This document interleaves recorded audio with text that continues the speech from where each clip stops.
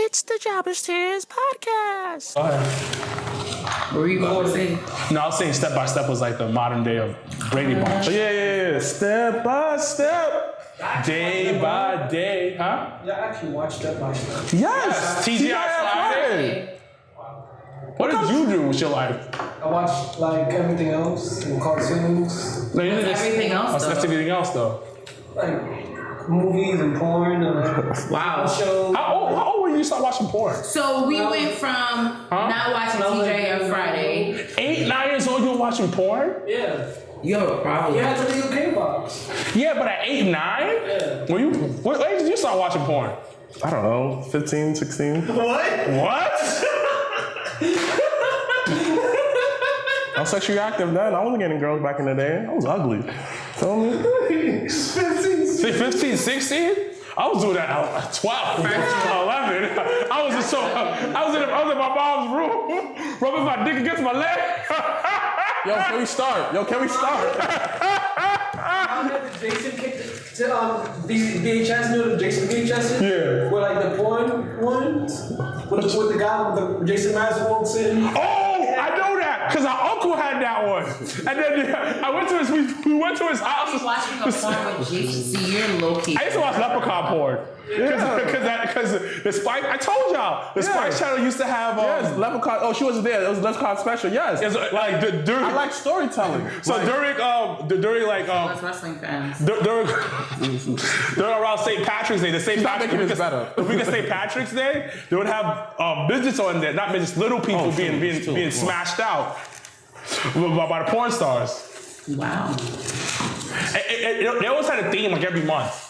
All right, we recording? So Start recording? Yeah. how? Okay. We're men and we're free to talk. Yo, you think this is nasty? Check out our show we're about to have soon. No, I'm not. I'm good. So go ahead. You mean the first guest? Nope. Surely we'll decline that invite. Okay. You're recording. You worked out me off. That help. No type of numbers whatsoever. Count to 10. I lied. Welcome, fellow jobbers, to another amazing yet interesting behind the scenes episode of the Jobbers Tears podcast. I am Janelle from HR. As always, here with Sir Wilkins and Mr Blacc. It is episode 20 plus 1 equals 21. So we're never gonna get used to that. So our episode 21. Thank you guys that are watching on the live feed. We appreciate you. We love you guys. Thank you so much for being fellow jobbers with us. I'm gonna hand it over to Mr. Blacc for his introduction to our 21st episode. Episode 21, aka Joel MD. I trust the process. I'm gonna put it on my back and bring him a championship. Aka the LT, the Dayan Thompson. Let's give me the freaking ball. I'm running the freaking end zone. Get that freaking touchdown. I mean, I got the ring, but I got the Hall of Fame ring, baby. Aka, I could drink now, but not too much. Episode, aka, she formed the arms, he formed the legs, he formed the short, I formed the torso and the head, we formed Voltron. Psych, we formed Blacktron, baby. Let our powers combine. He got earth, I got fire, she got wind and water, he got heart. We don't form Captain Planet, we form Black Planet. AKA, this is the episode that we might get our sponsor kicked out because they not like stuff I'm gonna say. AKA, this episode's for the fans. They for 21 episodes, they for stick to us. AKA, we got this. Episode freaking 21, featuring AKA Rico 80. Because that is Yoga Rain.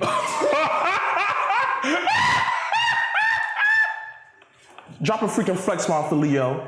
I've been truck bomb. No, it's a Clue bomb. Clue came up with it first. Yeah, I was gonna say that's not a flex form. Yoga Rain. What else you got on here, What son? is that? That's Dollar Zim from Street Fighter. Yeah. Okay.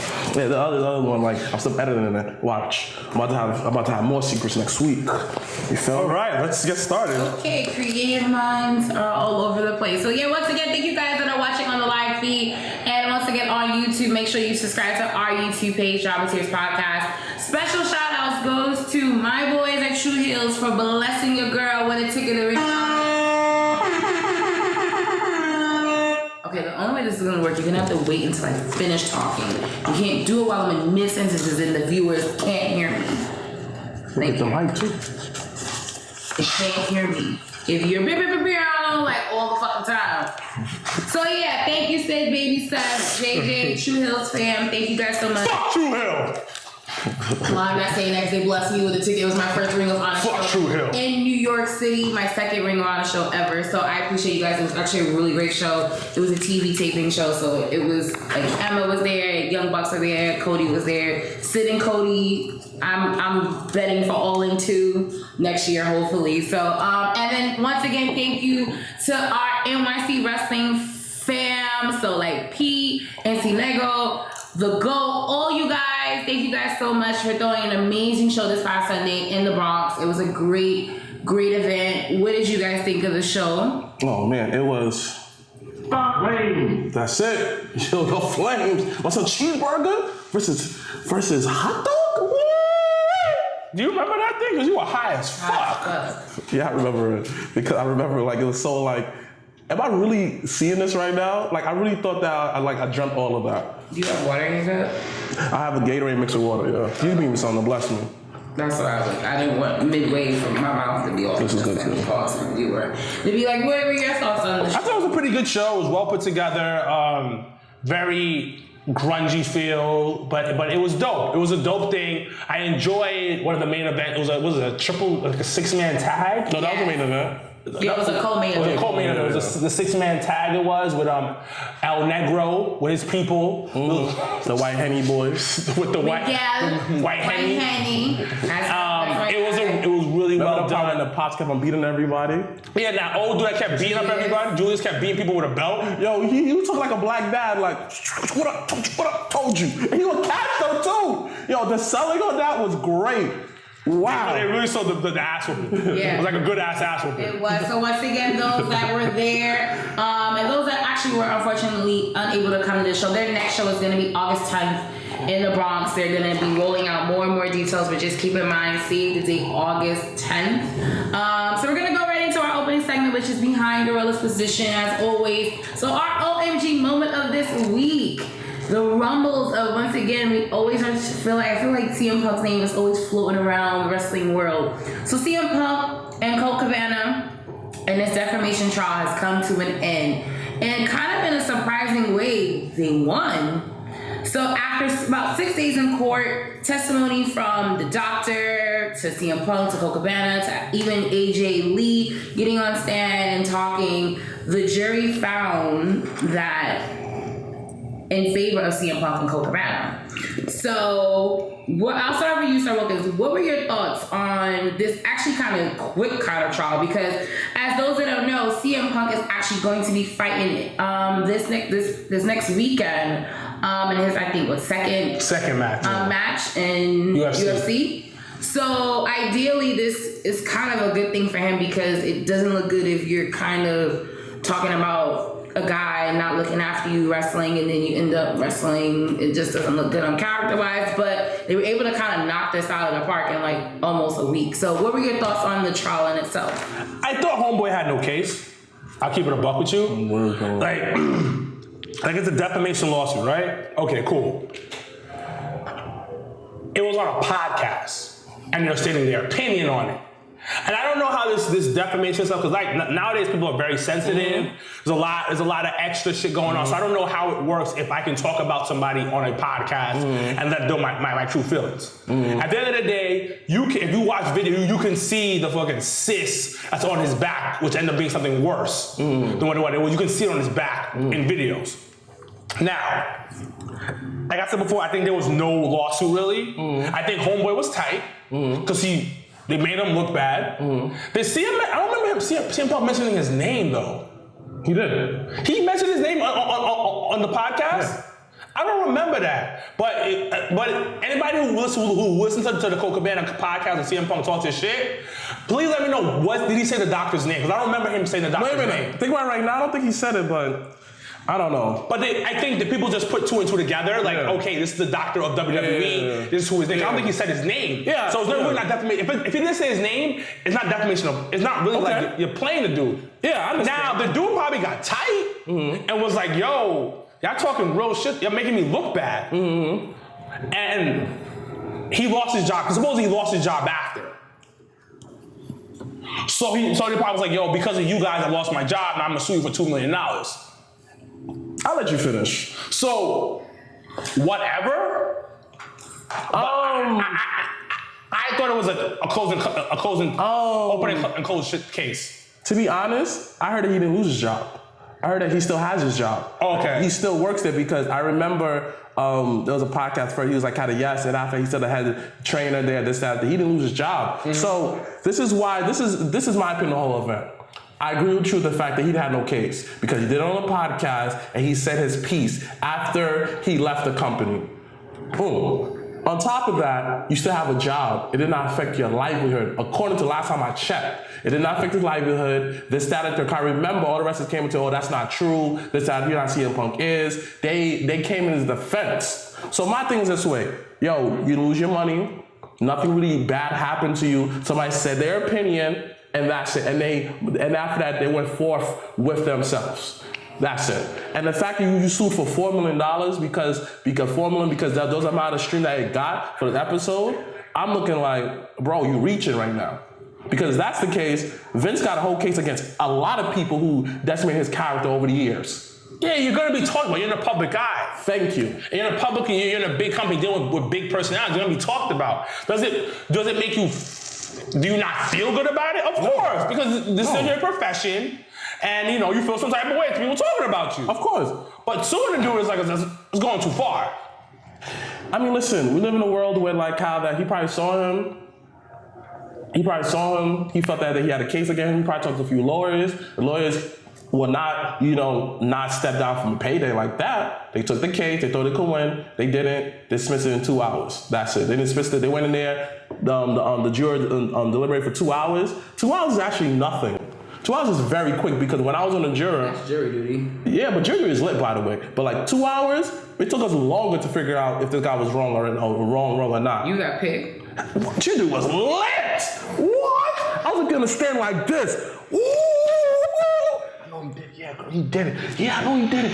But did he? Yeah, he did it. Like, it was, well, I can talk about the case now. The case was like, this guy used excessive force and he punched these two Middle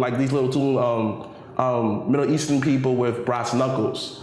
So was it a cop? No, it was a regular guy. They was beefing because one said that he not the true Bangladeshian, and one was like, yo, yes I am. They're beefing over some stupidness. Yeah, it was a big case. Like the kid, he made like a homemade he made like an abyss bat. Like it was just like, I was like, yo, this kid's mad creative, son. Made a what? Abyss bat. What is that? You know the weapon, like what weapon Abyss has? I forgot what it's called. You mean like a bat with barbed wire around it? No, with nails in it. That's what the one that Abyss called. I forgot what it's called. But he carried one like Cat Jab, but his had a nail in it. Looks very similar. He had a bat with nails? Yeah. No. I'm talking about the kid in the case. Yeah. Had a bat with nails? Of course. Come on, son. You going to jail. I mean, I felt bad because I had to send his pops to jail, though. You know, so the family was crying and everything like that. Because his case was something separate. Because he didn't use it, so he got off another case. But the guy on trial, I mean, nigga, listen. You did excessive force. You snuffed these guys. One guy dislocated his shoulder. One over here got fractured. Yeah, man. I was hyped because I had nothing to do. I was sick, so I was hyped every day. I was like, whoa, what's going on, dude? Did you get free food? Yeah. Did you remember the episode of Martin when he had the case and Cole just went to Junior's to get free food? Yes. And then there was one. It always work. Like I think you have to be picked, and certain things have to happen. Yeah. In order for that to happen. So that was funny. Hold on. It's called a Janice. Huh? It's called a Janice.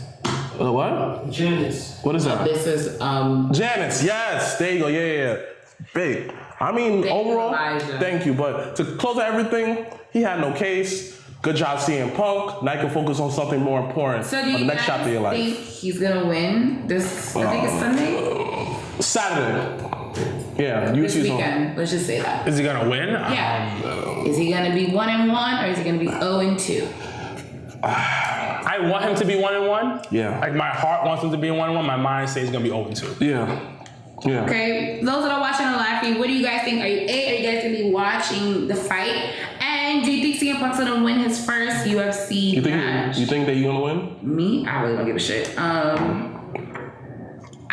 You know what? I think certain things, especially like this, are a phase. because we all know everyone eventually ends up coming back. And I think CM Punk is just on his own terms.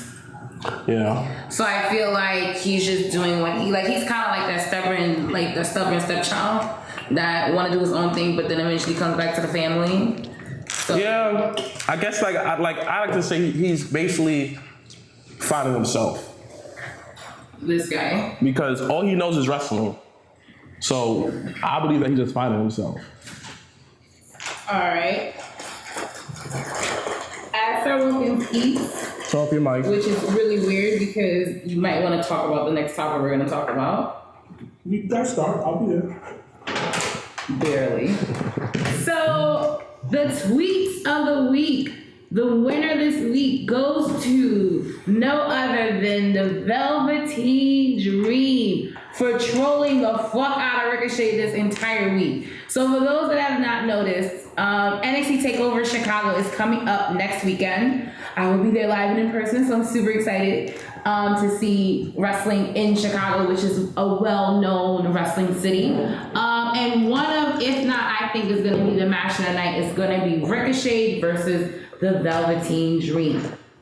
So I'm actually going to pull up his tweet. He tweeted on June 2nd. He said, Ricochet may not get the bonus pay for going over at TakeOver, but the Dream will make sure you get that hot dog and handshake you're used to after the match. #Indie Pay. Let me drop a clue bomb for Valentine for that tweet. And then another tweet was good. And then the next day he said, watching 205 Live's main event, which was dope last week, they need a new champ and a new roster since TakeOver belongs to the Dream. Maybe 205 can be yours at King Ricochet. Another clue bomb for him. And then the next day, he goes and says, and this is after NXT last week when Ricochet flipped out of the ring, which was ridiculous, but awesome at the same time. Velveteen tweets, don't let Ricochet's little Avengers flip fool you. The Dream is still over. So I'm really enjoying the fact that NXT really takes, and I think WWE is starting to do it, is really taking social media to another level. It's making you pay attention to social media accounts of certain wrestlers. And for this to be like the tweet of this week, it means a lot. It means something because, you know, as we all know, he was, you know, Velveteen Dream wasn't tough enough and was eliminated. And Ricochet definitely tweeted about him and posted his picture with the eliminated across his face. So they've been going back and forth, and it's been really interesting. And I think it's been helping build such an amazing match. So Mr. Blacc, as Sir Wilkins gets back in his groove from eating obnoxiously a lot of food, what are your thoughts on Velveteen using Twitter to kind of build the hype for the match? Because as everyone knows, like with WWE, you have, you know, Raw, SmackDown, you know, they're on, you know, every week. And so is NXT, but it doesn't have that kind of mainstream attention yet. So unless you're going to watch on the WWE Network for $9.99 cheap love, you're not going to really be able to see the build up and stuff to take over. So what are your thoughts on him using social media as a way to build up his match? And is it going to work? It is going to work because he is basically talking to his audience. Velveteen Dream, a lot of people, I didn't realize it. This man's like 21, 22. He's young. He's very young. 22. He's 22 years old, so he's using what his fan base knows is social media. He's using it to its full capacity. You know, shout out to El Negro for last week for dropping that gem. He's like, it's important about your brand, so why not? You know, why not get yourself out there and the brand that you're on out there by tweeting start a little beef with your fellow opponent on the next TakeOver. The best way to do it is like, you know, you probably get some new fans out of that. Or somebody might be looking at him like, oh, I remember him from season 1. Okay, they might check out some of his highlights on YouTube. They might end up following him. Boom, a new fan right there. Or somebody like a little kid might recognize him from an indie show locally. Like, oh, I remember him. Boom, WWE Network, and I'm watching him now. NXT TakeOver got way more viewers now. Because now it's more like he's trying to make it a must-see. So he's taking the Zack Ryder approach, taking it into social media. So, yo, I applaud you, black man. You know, drop my freaking clues brown for him. All right, Sir Wilkins. Wilkins, what are your thoughts specifically on him kind of taking not only a low blow shot at Ricochet, but kind of the indie scene? Because, you know, we've been talking about, you know, incorporating independent wrestling more and more into our show, and to talk more about, you know, different wrestlers outside of WWE. But I think it's very interesting that they kind of come from two different worlds. Velveteen Dream is not a generational wrestler. He's not. You know, doesn't have any ties to WWE. The only thing that he actually did was Tough Enough. That's kind of like their tryout in that sense. And then he was eliminated. But the one person I remember during that season that was behind him 110% was actually Chris Jericho. Wow. So he comes from that realm, whereas Ricochet comes from the independent wrestling realm, which, you know, he was in Lucha. He was, I believe, the first House of Glory World Heavyweight Champion. So he comes from, you know, that whole kind of building up in the indies, the nitty gritty, and now being on kind of, you know, one of the top stars gonna be eventually in NXT. It's like the woke pouch is coming. And then I feel the awakening. And then, you know, eventually getting called up. So what are your thoughts on he's charging both up. of their approaches into wrestling? He's charging up, guys. He's charging up. Been sipping my Monster. Now, holding spring water. You know. So, you know, they call me the WWE Mark. I'm keeping a buck with y'all. Let's talk about it. Mm-hmm. Velveteen Dream wasn't in these two. Yeah. We forget that. Yeah. He was in the same indies as Leo Rush. Yeah. But a couple of times with Leo Rush and everything. Okay. But he's a WWE darling. I remember him on Tough Enough. I didn't like him. He was a tall guy with the puff, right? He was the same guy. It looks exactly the same. He had like a dark Caesar. Like a real dark Caesar. Okay. But I hated him, but I enjoyed him at the same time. He was the heel in the cast. And he was so overly confident. Like, I was like, yo, I remember, like, who won that season? Two people that don't even wrestle. Exactly. That's what's the funny thing about it. And I remember him, I was like, yo, why are they getting rid of the... I was like, because one, I was on his side, I didn't like him, but, you know, he black, so I'm rooting for anybody that's black. I'm just keeping it a buck. Side note, I noticed that a lot of people who actually won Tough Enough, it'd be like the people that we least expect to actually get more opportunities, such as John Morrison. Did he win Tough Enough? I don't think so. Boom, he didn't win Tough Enough, but now look at his career. People make mistakes. Tough Enough wasn't the best way to measure talent, in my opinion. It was a reality TV show. I think that they let certain people go and say, yo, listen, you too good for this. They say out there, but yeah, we're gonna bring you back future on, get your stuff ready. But this guy right here, we can easily mold him out of nothing. Yeah, that's what happens. Now, who else was on Tough Enough?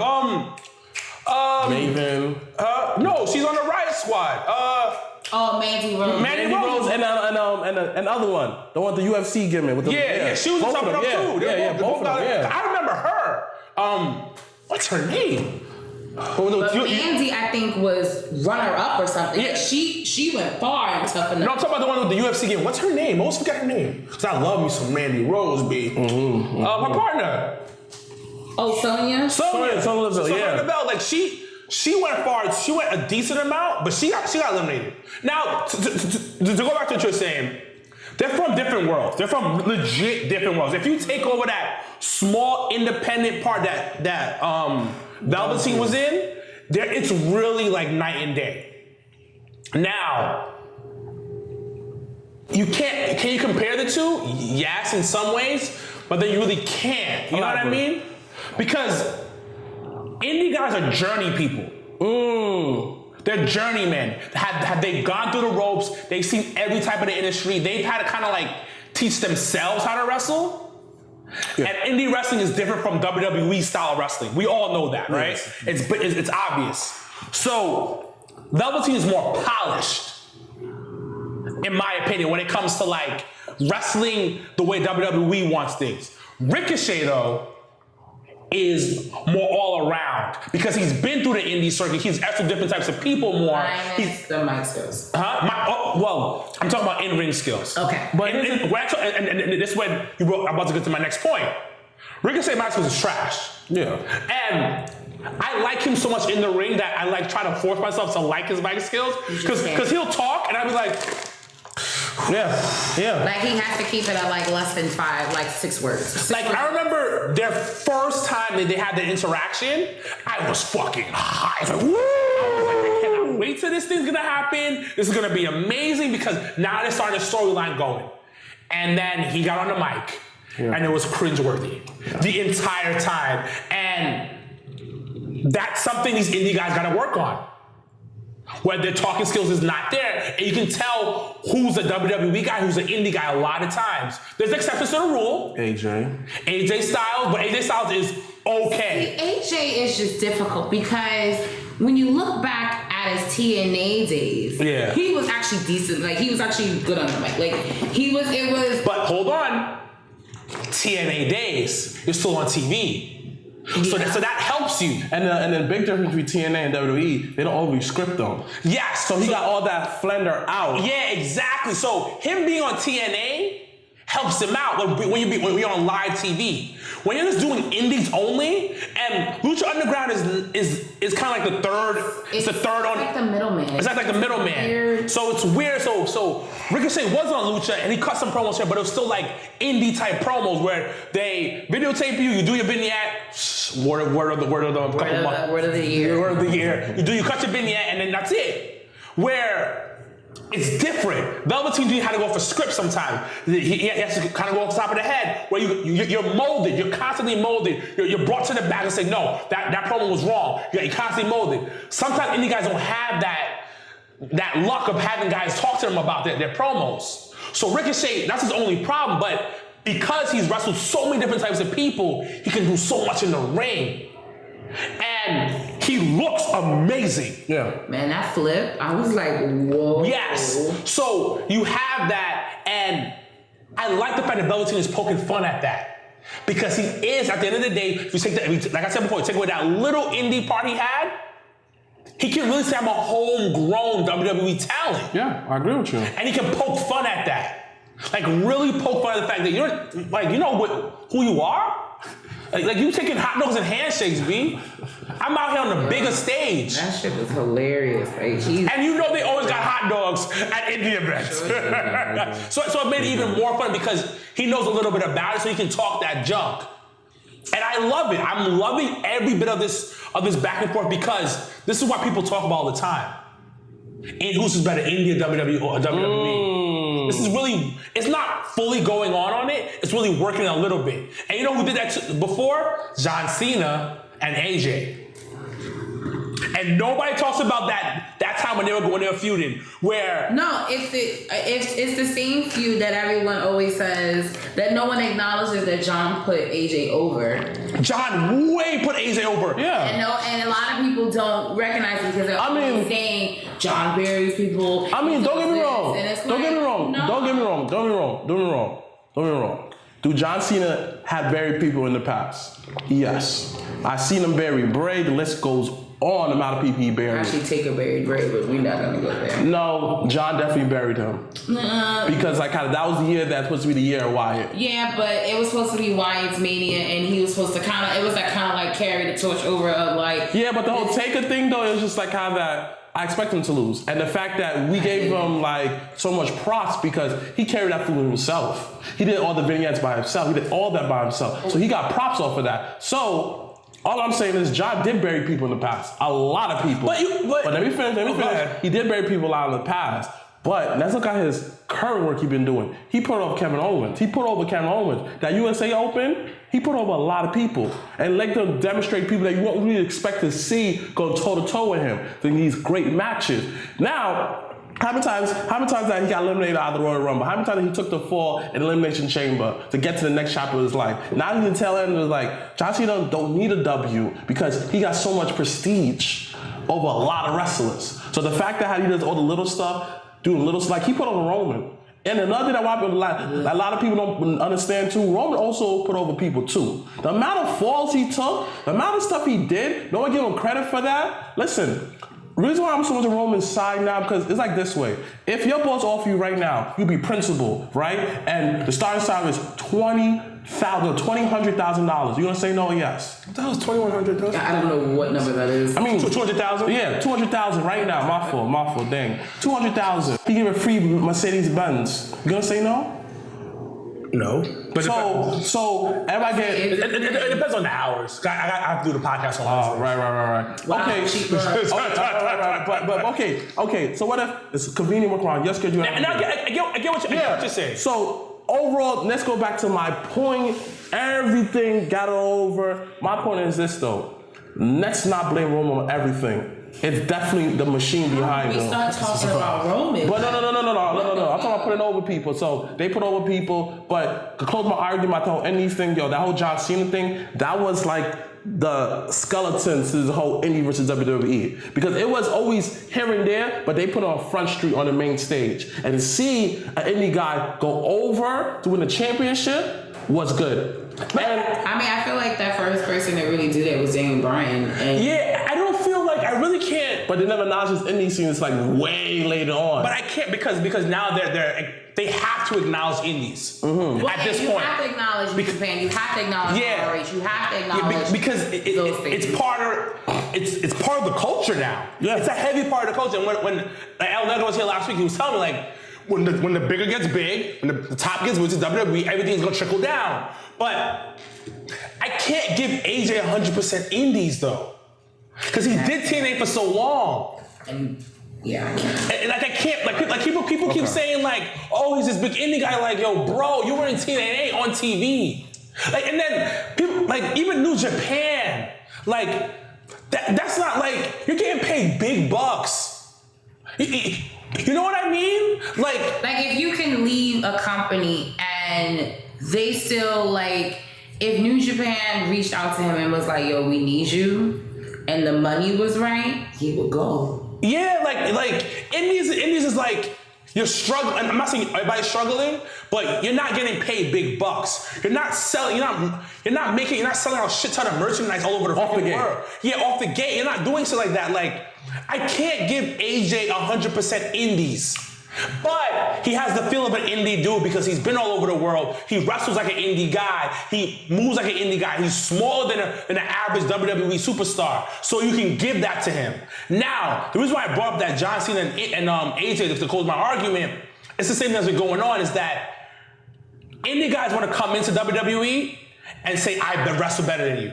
And I'm better than you because I've been around the world. You're homegrown. And I love that back and forth because you kind of be like, it's like saying like, yo, I made it on my own. You had Big Brother help. You had Moms and Dukes helping you out. You have like the chip on your shoulder. Yeah, so that's that back and forth. But I'm loving what Velveteen Dream and Ricochet are doing with this because I want to see it on a bigger stage more often. Mention somebody's background about like, yo, you an indie what? Like the whole time John was going up against AJ, he kept saying like, yo, you guys want to talk smack about me? Because I don't work hard? Talking about this guy? Because he's been in the indie scene a whole bunch of, I'm not saying word for word, but basically saying like you love this guy because he's been in the indie scene? Like you don't love me? Like I didn't put in the work in? With a worse schedule than the indie dude? So I love it. I love it. But like if anybody ever gets a chance, watch the promo between John Cena and AJ Styles. This is basically Velveteen Dream and Ricochet over again because they're basically talking about the same thing. But John, and I know people don't like him, his promo for that one was straight. When you could turn it on, you could turn it on. It's straight thugged out. Like he was like, yo, y'all shitting on me? Like I'm the top dude here. Like yo, why y'all sleeping on me? And this is what Velveteen Dream and Ricochet are doing, where they're going back and forth talking about their lineage, if I'm using the word correctly, of where they're from. But I wish Ricochet could carry a little bit more. All right, to improve a cool ball for you for that fire take.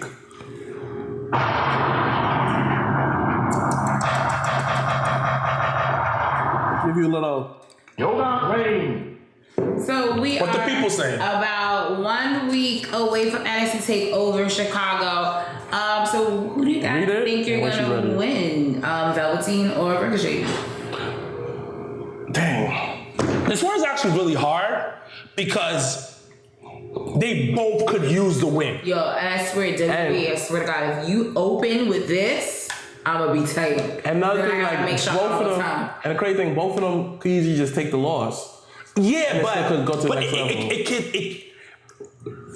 it doesn't matter who wins, And though. y'all couldn't save her for Brooklyn? Really? No, they're doing a part 2 in Brooklyn. They're definitely doing a part 2 in Brooklyn. They have to. Because Because then you gotta think about it. Like we talk about Ricochet carrying it in terms of promo, in terms of presence. Velveteen. No, I'm talking about in terms of Ricochet not being able to carry it as much as Velveteen. Are they really going to spend 6 weeks pulling that the entire summer? Well, it's like what John Cena did to Roman.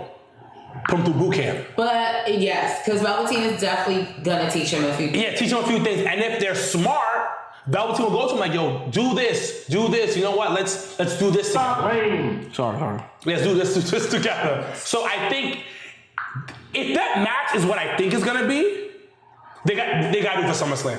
They have to do it for Brooklyn. Yeah, they have to. They're gonna do it. And I will go, and I'm going to that one. If I tell you this right now, if they book this for Brooklyn, I am buying an expensive ass fucking ticket. It's gonna be. I'm gonna be in the front. I don't know, I'm surprised you're not coming. I'm gonna say that. Speaking of SummerSlam, you know, MSG is kind of pissed off that WWE does like no real events, We're right? going to get to that. Don't talk about it. You didn't put it. Because it is Would You Rather. So I love how you put how Velveteen Dream is Pusha T and Ricochet is Drake. Because Ricochet ain't really like kind of come back like Drake. Your light skinned brother Leo didn't really come back with nothing. Part of the wife called Negro what I plan. heard, the Triple OGs kind of told Drake to chill out. So Whatever, son. I mean, Shotgun and grenade launcher. What are you gonna say? What? You sold drugs, Pusha T. Pusha T, you know, cut your hair. No matter wear braids, Pusha T. Pusha T, we'll let you drop an album, Pusha T. Yo, you behind Kanye West. Da-da-da-da. what voice are you trying to do? That's how people sound. Yeah, a lot of times in my head. So, you just feel me? So, Has anybody been saying anything? I can actually read some of it. Elijah said Shout out to that Elijah. he likes Ricochet, but thinks the Velveteen Dream will win. Lala's World, thank you so much, love, for watching consistently. Said it's gonna end in a draw. No contest, which would help. what you got, Leo? Coming. I'm reading the same thing he got. Chuck Daddy 7 said Ricochet. And WWE Green Man, hey, says hi to all that are watching. What up, Green Man? Green I'm Man. gonna shout you out later in the show, so don't worry. So we're gonna move on to our question of this week. And we want you guys that are watching on the live feed to interact with us on this one particularly. Have you ever thought to yourself, do you want to be a WWE superstar? Like, just think about it. Have you ever thought about, or have you ever thought about what are the ways to apply? Like, how do people do this? Since, there's no more Tough Enough, or, there's no Diva Search and all types of shit. So have you thought about it? And if so, my man Trips announced the launch of the WWE Performance Center website where you can learn how to actually apply in like 4 simple steps to apply to be a WWE superstar. So on the website you can learn about the tryout process. You can upload your social media. You can cut your own promo. You can You trying to get inspired there? You're too happy to touch it. You're too happy to touch it, guy. Way too happy. He's just a happy guy. Like, mama. No, he was like, because he was already laughing. No, he was not. He was like this. But you were touching his leg at the wrestling. Wow. What are you You promoting? had your hand on his leg. No, I did not. You did. Why are you lying for him? Wow. You loved it. You left it on. I left it on? Yeah. Okay, back to the question. Okay, you guys are very interesting. So, with the launch of this WWE Performance Center website, it will actually make it a lot easier for those that have aspired to be a WWE superstar, such as the person to my right over here has forever. He's been talking about it actually for weeks. It's been really weird and random that Wilkins will just say, I should apply for WWE, huh? We're all like, if you want to, bro, go for it. So actually, I will start with you, Sir Wilkins. Have you looked at the website? Have you actually applied? And What would be your gimmick? Like, would you be a face? Would you be a heel? Like, Hold on. Do you want to cut a promo real quick for the fans? Hold on. Gosh. I'm officially Rico Haiti now. Because that is what the So my name would be Rico Haiti. Mm-hmm. That would be my wrestling name. Some Rico Suave type of dude, shirt open, picture Velveteen Dream with a splash of Godfather, and a little bit of sexiness from Val Venus. What about? It just sounds like a bunch of holes. Yes. What about like how that? What about a dash of Razor Ramon? No, yeah, I always have a toothpick in my mouth, have my hat tilted to the side, like some little straw hat. You're gonna choke on it. Don't put No. Just throw it out there like that. My gold chains and shit. Just walk around. No, I have to walk around like this to the ring. I can imagine. They call me Did you Rico. just like pat your head with no hair? No, and I rub my head, our bald head. Once my girl fit the ring, you know. Oh my God, let's drop a cool bomb for Rico Haiti. Rico Haiti in the building. That's what my name's gonna be. So of course, I felt that I could be a WWE superstar. Drop the bombs. You drop the bombs, B. Drop the bombs. So I went on the website. And you know what? I scrolled down to that exact thing. No, I really didn't. I just went to the link that she put on the on the outline. Good job, B. So I clicked the link. I was like, what they looking for? They said, are you athletic? I'm athletic. So check. Shit. Are you diversified? Do you have diversity in your blood? I said, chocolate skin. Check, motherfuckers. Check. So I went through. I started filling it out. Very interesting shit they asked me. They asked me my first name. I put my first name. Rico? No. I put my regular first name. Sir. I put my last name. Wilkins. You know. I started scrolling down, typing and shit. They asked me was I in the military. I don't know why they asking that. They have to. And so I put no. Then they asked me if I was black. So I said, extra black. I put that one down. Yeah. So then I scrolled down and it's like, why should we hire you? Think I want a job. But I gotta answer this question. They actually had that question like, why should we hire you? So I put, I've been watching wrestling since the day one with my dad, Saturday night wrestling with him. Not fabricated. And that's not fabricated, my nigga. Don't put that false shit out there. You a hater. You a fucking hater. Because you remember the time, because dad didn't like you, my nigga. He didn't. So, I was watching wrestling with him. What? What? You okay? No. Wait, you said you had a dad? Yes, I had a dad. Wow. My dad died when I was 8, B. Oh. Yes. My dad wasn't a deadbeat. Oh. He was there. You know the crazy thing about I told him this. We had a whole conversation. You probably were high when you guys talked about this. Probably. But anyway, so I scrolled down. They asked me. Hold on. Did you just ask? You have a dad? Yeah, like, how did you get here? That's parallel. Like, yo, it just hit me. How the fuck did you get here? And it don't matter. Rico Haiti don't have a dad. Okay. Rico Haiti was teleported into the world because he's not from this dimension. So he's not from Haiti. He's from the same dimension from Chuck Norris. Exactly. So he's not from Haiti. He's Rico Haiti. Yeah. So it's a different type of Haiti. Yeah. That nobody knows about. So this is like Wakanda like Haiti? Yes. Yes. Black excellence. Rain. Black excellence, B. Yoga flames, B. So anyways, so I scrolled down. They asked me what's your background, everything like that. I was like, yo, this is legit. It's definitely a job application. It's legit a job application. And they tried to big it up throughout, before you get down to the actual application, they try to legit big it up. Oh, we're the biggest sports entertainment company. We have a huge social media following. These are where stars are made. 80% of people that are in WWE right now are from NXT. That was their statistic. So they put there. So, they went through the developmental center. You know what? They probably lumping all that together. Yeah, they probably went EC3 is not technically from NXT, but he's from he's from the original NXT. Yeah, but he came from the championship wrestling. Yeah, so you know what I mean. They probably absorb all that together. They put it all together. So you go through it, and it's okay, and then you have to put all your social medias on there. Because times are changing. Like you mentioned before, the use of social media. Does this guy have a following? Who is this guy? Is he somebody popular? Can we use him? How's his personality on social media? So they ask you for that. They send any videos portraying your personality or your athletic abilities. So I put my Instagram. I was like, yo, my nigga, here's my Instagram. I got decent following, so yeah, here you go. So I put that. I put my YouTube page, our YouTube page. You know, I'm low key plugging us in without plugging us in. You know what I mean? Like they probably gonna go through the application like, yo, who is this guy? I don't like him. Let me check this YouTube page. The Java Tears podcast. Oh, this shit crazy. Everybody laughing. Oh, this is your girlfriend. Oh, this is your girlfriend. So you know, I had to like.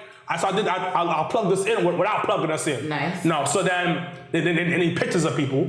So I put my beautiful headshot picture, like. Oh, you put that Rico Haney picture you took on Saturday? I put the Rico Haney picture like this. No, make sure lips were extra glistening. So I put that down. Then they want like a full body picture. And they ask for that. I don't see people are in shape and shit. You probably look like, oh, I got plenty of those. Nah, I really don't. I don't like taking pictures. But anyways. He don't. So anyways. He's weird. You have like 1,000 pictures. So I have to take them. Anyways. So I did that. Then they asked a little paragraph and shit. At the end of the day, it's a job application. Yeah, of course. It's like legit feels like a job application. Mm-hmm. But I don't know why they're doing it. Because they got so much fucking talent. But I mean, with so much talent out there, yeah. I mean, they're not gonna be. It's like when you think about like a scout. So like, think of like the Arn Andersons or the Shawn Michaels or like all the Dean Malenkos, like all the backgrounds who used to be wrestlers that are now scouts, kind of looking for talent. I mean, you're not gonna be able to see everyone. So and those people, I think, that are, you know, trying to live the homeboy dream thing, an opportunity. Yeah, and I also think could it be like some Corey Graves type of situation where like, yo, we don't see you as a wrestler, but what I saw on your page, you have personality, you speak well. Maybe you could be a ring announcer, maybe you could be a referee. Because I don't think it was just for this to be a wrestler. It was like a general it felt like it was like, we could put you somewhere else. Because I guarantee a lot of people who applied, like they probably went through the ringer, they didn't have to do, but then eventually they probably, like probably a Stephanie situation, it's like, oh shoot. Like, you made your own outfit, yeah, I made it. Next thing you know, he's on the wardrobe team. Yeah, you know what I mean? And the company is growing. Yeah. It's $1 billion company at this point. Yeah, of course. Stocks is going through the roof. Or another thing, they probably need some people for, like, the XFL. Yeah. But XFL has a total different page. No. It does? Yeah. It does? Because I definitely tried to apply for a job. I was going to do that tomorrow. Like, XFL has Have you applied yet? And they actually announced the commissioner for XFL, because it's going to start with 2020, I think. Yeah. But XFL has a total different website, total different. Like, is it? You can apply. I don't know. Yeah, like they have marketing. They have. Did you apply? I thought about it, but I don't live in Stamford, Connecticut. Stamford's right there. I travel there every day. I would travel there every day. Yeah, it's literally 45 minutes. But just so that everyone knows, XFL has a total different website. Oh, I thought they had that. But then again, even though they have a total website, let's say how they probably see him. Like, they probably see him. Next thing you know, they might be on. I'm gonna wait until the thing come back on. No, you're so tall. Okay, like the XFL, like even though how that he made part for NXT, they still might check over. Like, you know what? Even though we don't find no NXT, he can still be something in the XFL. Like not a football player. No, to do something else. Yeah, personal. Think about that. See him? He's in personal trainer thing. Boom. I mean, I still think like some of them don't use the gym what they need to do, because you know how I feel about people. Yeah. But imagine, like, he applied. They look at his resume. Yo, he's a good trainer. This, that, and third. Boom. He's a personal trainer for WWE. But I think this is just to help people with their pipe dreams. Yes. And out of 1,000, 20,000, 30,000, maybe one person might make it. But it's giving people hope. And I'm not gonna lie, it got me hyped for a second. Like, imagine like you get that call from WWE. Yo, you're totally like, oh my god. Like, you're probably gonna be like, am I getting prank called or like? Yeah. So before I go to with Mr. Blacc and ask him what his gimmick would be. Those that are watching on the live feed, thank you so much for rejoining us on our live feed. Tell us in the comments below, what would your gimmick be if you were to apply for WWE? Would you be a face? Would you be a heel? Would you have a valet? Old school word. Oh, I'm having a valet. We already know that. Big booty Dominican chick. Wow. Pretty racially incorrect. So on the comments below. How is that racially incorrect? She's Dominican with a big booty. Not all Dominican girls have big booties. But I want a Dominican chick with big booty. Yes, that's what he said. And then I want a chocolate Dominican chick. Afro-Latina Dominican chick. I'm Brazilian. Now, I told you what I want, my nigga. And I want what I want. Shit. All right, so once again, those that are watching the live feed, put on the comments below, what would your gimmick be if you were to apply for WWE? So what would yours be, Mr. Blacc? To be honest with you, I probably won't be like either Insanity or like the Wyatt family. What? I don't know, like give like a little flavor. So hold on. So you're gonna be like, Get Out? So you're gonna be like, Get Out? And then you're gonna be like, the black guy in the straw hat? Exactly. Oh, and then I saved you from the Wyatt family. Oh, Rico Haiti to the rescue. Oh! You want Why don't you shut out like that? You want to calm down with Matt? Drop on a cool bomb for you. As I mentioned, those that are watching the live feed, Tell us what your gimmick would be. Would you be heel? Would you be face? Like, what are some things you would embody in your WWE character? So as those that are watching... So what would be a special? What would be my special? Yeah. I really like the pedigree. I really love the pedigree,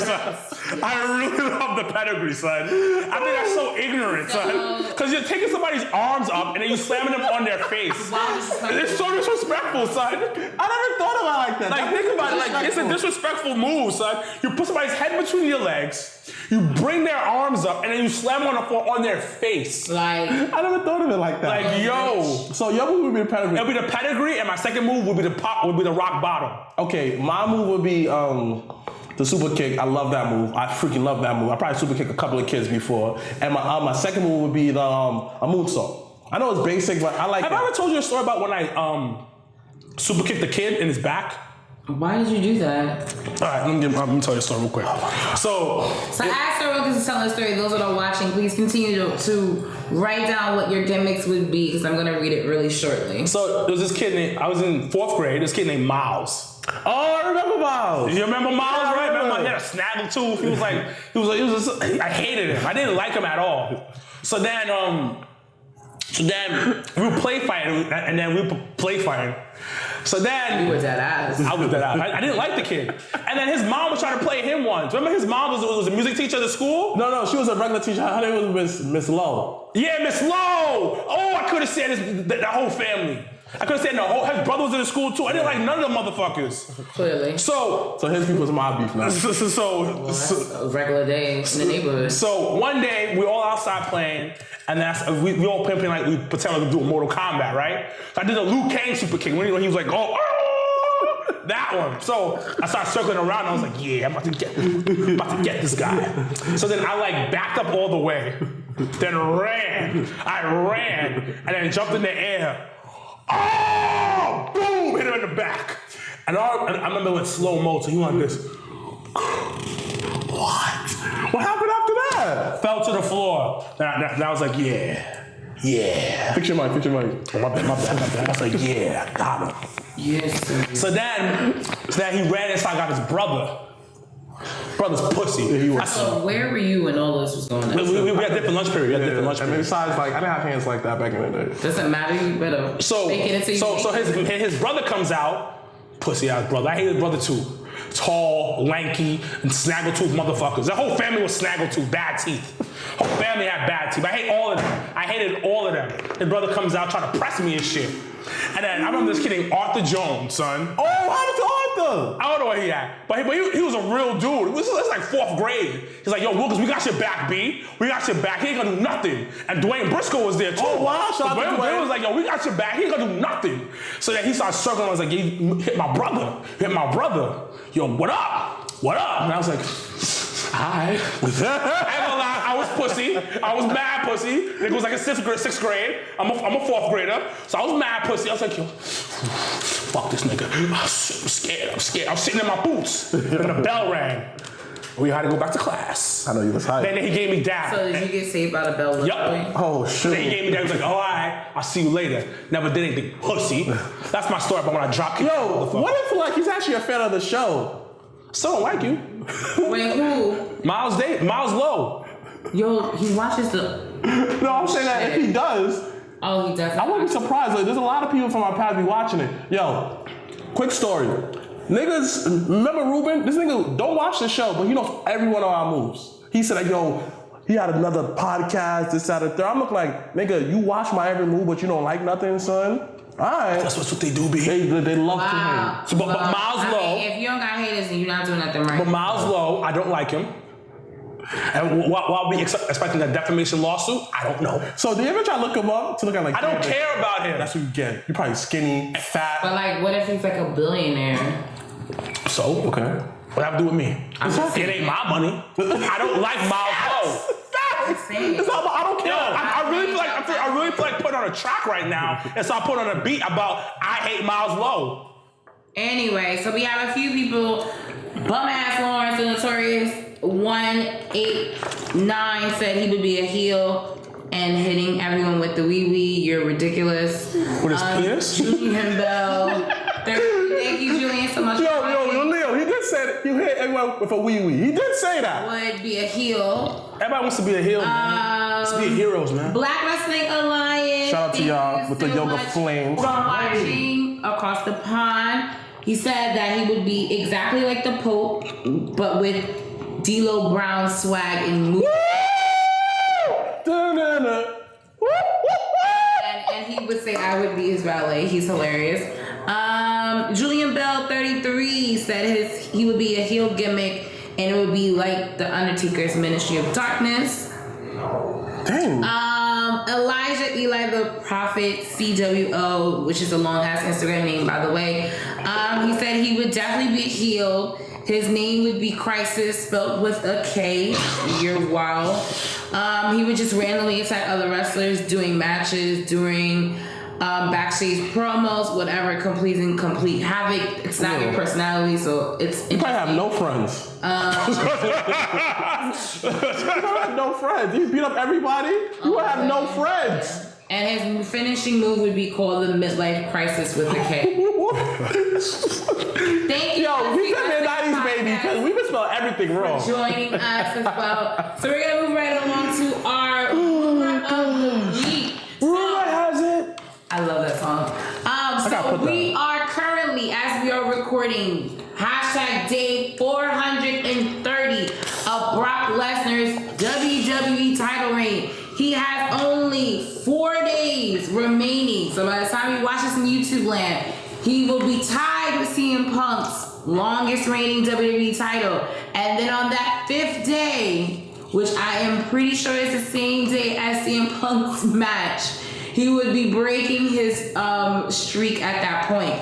So the rumor of this week is apparently SummerSlam, which is going to be here once again in Brooklyn, New York, at the Center. Apparently, the main event they're saying will be Brock Lesnar as champion versus Seth freaking Rollins. So apparently, Brock Lesnar will not be defending the WWE title until SummerSlam. And apparently the person that is supposedly gonna take the title off of him is Seth Rollins, which, what do you guys think? Is it a good idea? Is it something you guys wanna see? And just keep in mind, Seth Rollins is currently the Intercontinental Champion. So therefore, if for this to happen, he will need to either be dropping it to Elias, cross fingers, at Money in the Bank, or any time between now and SummerSlam, he'll need to drop that title and also do his rematch in between all of that. So I'll start off with you, Mr. Blacc. What are your thoughts on this rumor? Is this the main event you would want to see at SummerSlam this year? That's what my brother said on Facebook. Listen, I'm in a relationship right now. You feel me? With a champion. Like, it was fun kicking with you for the summer, for all last year. But listen, like, it was fun, but I gotta mature. Like, I gotta marry somebody that who's gonna be there for me. So Where is this going? dang, let me get to my point. I'm just finish this vignette. Yes. Sorry, I was just like, Yes. where is So I'm saying this. It could have been Jinder Mahal. It could have been Gilbert. It could be anybody. You said Gilbert? Yes. It could have been anybody. that but doesn't make any sense. no, it's just like I reach a point where like I want to see my champion on television. But why? What's the whole gimmick of the champion? I mean, do you want us to? There's a difference. Do you want to see a champion every week? Do you want to see a champion defend every week? Those are very two different things. And I feel like we always, you know, there are some weeks you see AJ a lot, but does he actually defend the title on SmackDown? No. I don't care, but at least in between you're defending at the pay-per-view. In between that, he may have like a random match with somebody, and he doesn't mean that he was doing something, but he's doing something. He may not be on TV this week, but the next week you see him on television.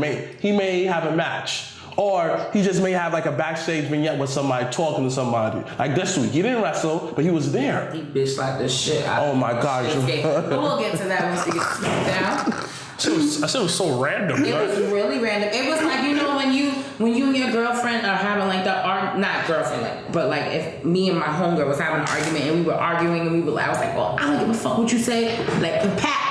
Like, that's how. It was like Love and Hip Hop. Yeah, It was like Love and Hip Hop. Yo, my son slapped him and he kind of hold me back. I was like, what? It was very lovely. But let me finish my statement. Anybody, I'm happy this is happening because I'm sick and tired not seeing the WWE champion defending the title at pay-per-view. Because it's like saying this way. It's not like he comes there and have crazy matches. He does 4 moves, he dips, and then you never see him again. There's like a couple humps, busting his butt, and then Yeah, it's not like, boom. It's not like how that, if it was AJ doing this. Because you know that each time you have a match, it's going to be good. You understand? It's just going to be like, Brock matches just like, people say, oh, Brock, blah, blah, blah. I mean, the last 2 matches AJ has had has not been good, but I mean, continue. But all I'm saying, you know that you get some kind of quality of matches. You know you get some kind of quantity. But literally, every time Brock wrestles, I get up and go to the bathroom and walk around because I'm looking like, I'm not going to watch this. Or I might talk to somebody. That's not going to be to the bottom of the person next to me or something like that because his matches are not interesting at all. But is it because Brock is just not interesting to you? Or no, because let me take you back to Memory Lane. Let me take you back to Time Machine. Throwback. My son had a repertoire of moves. But I mean, my son had the Brock repertoire moves. My son had the Brock lock. It was Brock devastating. In his early mid-20s, like What's your excuse? Time machine. Oh, the time machine, so you get lazier. And to be honest with you, I don't blame them. If the company is paying you a buttload of money just to do 3 moves, so why not? If you don't blame him, then why shun him for not being on TV? Because I'm saying this: if you're gonna beat it, because if it was you, if you were in Brock's shoes, would you do anything different? Yes, I'll put on great matches because I want that 5-star rating. I want to every time I wrestle. They must have said that, oh my God, another 5-star, another one. I want them to just break the scale on me. I want a 10-star rating because I'm killing it. Because if I was Brock, you said this, if I was Brock. If you were in Brock's exact same shoes where they told you this is the contract, and to be honest, Brock's contract isn't almost for a full year anyway, but if they're saying here's the contract, we only need you for.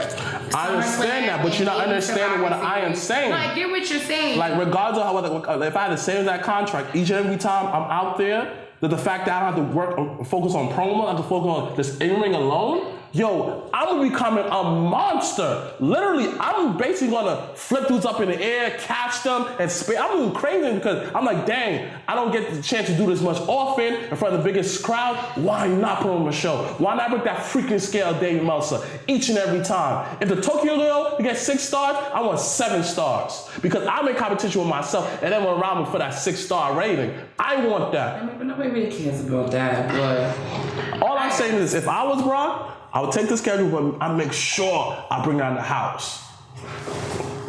But I mean, also too, it's a dance, so you gotta bring down the house with the other person you're wrestling with. True, but it also takes another person to participate. The fact that him versus AJ, he actually participated in that match. But that was a decent match. It was a really good match. His match with Cena wasn't bad either. Yeah, and his match with Braun wasn't bad. His match with Joe wasn't bad. But again, it's just like because it's just like I don't know, just to put it like a bow around everything. I would love Seth Rollins as a champion. I'm so used to him being having the top title as a heel. During that time, wrestling wasn't the greatest, but I want to see what he could do this time around as a face. And maybe he could be a dual champion. The Intel and he definitely won't be a dual champion. You never know. You never know. The Intercontinental Champion is way too high on pretty sure. It's way too high on the prestigious chart for them to do that. But nevertheless, though, because then Brock would be the type of nigga to be like, yo, put your title up, and then take both of them, and then what? And we both tied. And then everybody takes them. But then they could, yeah, you be sick. Like, I'll be big mad. In the words of my son Joe Budden, I'll be big mad. That's really funny. So what are your thoughts on this rumor title match? First time I'm here in Brooklyn this year. And then also, if in the event, hypothetically, Seth Rollins successfully beats Brock, who would be next in line after that? Like Seth versus who? Okay, so I'm not surprised that this is like a major rumor this might happen, because if you've been listening to commentary lately, every time Steph comes up. Yo, first of all, shout out to Corey Graves because he's planting fucking seeds, and unless you really listen to him, you don't know it. Like, he's been saying things like Seth is the fighting champion. Seth is a fighting champion. Seth is here every week. Seth is here every week. So they're foreshadowing what the promo and what the storyline is going to be coming soon when Brock comes, when they have to like go up against Brock. So I'm not surprised because they've been saying it every week. He's been saying that Seth is like the only person that comes on that's here every week. He's a fighting champion. You constantly been hearing that. So I'm not surprised when it comes to that. Now, I get what you're saying. Brock, barely around. And I don't know, at first they were balancing it out really well, like having him as a treat. You know what I mean? Like, once in a while, we put him in. He's a spectacle. We put him in, he sells tickets. Of course. But it's come to a point where we know what you're doing. Yeah. You want to break CM Punk's record because you don't want that asterisk next to CM Punk's name as being the longest reigning champion. So you're purposely kind of doing this. This is not what it's really about. That's what they do with demolition. Yeah. So I get it. And Brock is collecting checks right now. Like, he's about collecting checks. He's in a sweet situation. They're paying him a boatload of money. Like, he cares about wrestling, but he doesn't care about wrestling. He cares because they pay him a check. Pay him a phenomenal check. Now, who's next on the list? Could be anybody at this point. Who would you choose? Who would I choose? I really want to see Samoa Joe as champion. But he's on the blue brand. I say Joey and all that. He's on a blue brand, so it's a little different. But I really want to see Samoa Joe as champion. I don't know how they're gonna pull. I know how they're gonna pull up. I'm probably not gonna do it. But next up, it would have to be Finn. We did get a few Finns. And Finn. Girl said Finn. Black Wrestling Alliance. Finn. But the thing is, like, when Steph was champion as a heel, you mentioned this.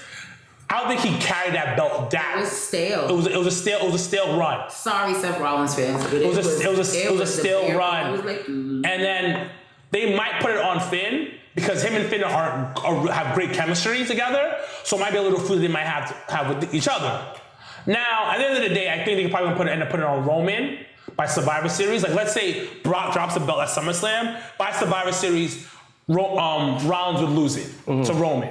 So you're saying, Jesus Christ. So you're saying that Roman would then go into Royal Rumble as champion. Yes.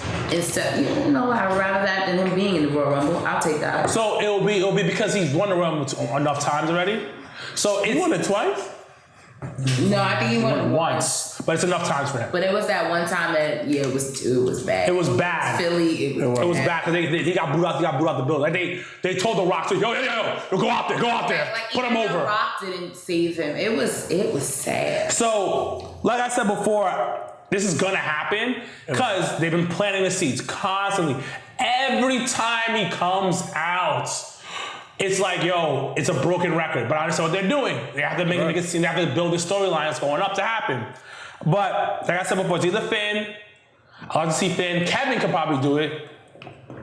Kevin Owens actually for me is like a runner up in terms of winning Money in the Bank because I feel like with Kevin, he will like when you hold Money in the Bank, you have to have a certain swagger kind of you gotta kind of have that certain swag where you're like even though I can cash in whenever I want to. Yeah. And it was the same that Carmella did. It was the same Baron Corbin did last year. Like they gave that like, I can cash in when I want to. But no. Did you use my gum? No. Oh. I was like, where's my gum? What? I just said you suck. Who? She did. Said I suck? Yeah. Because I told you the same thing, so I talked to her.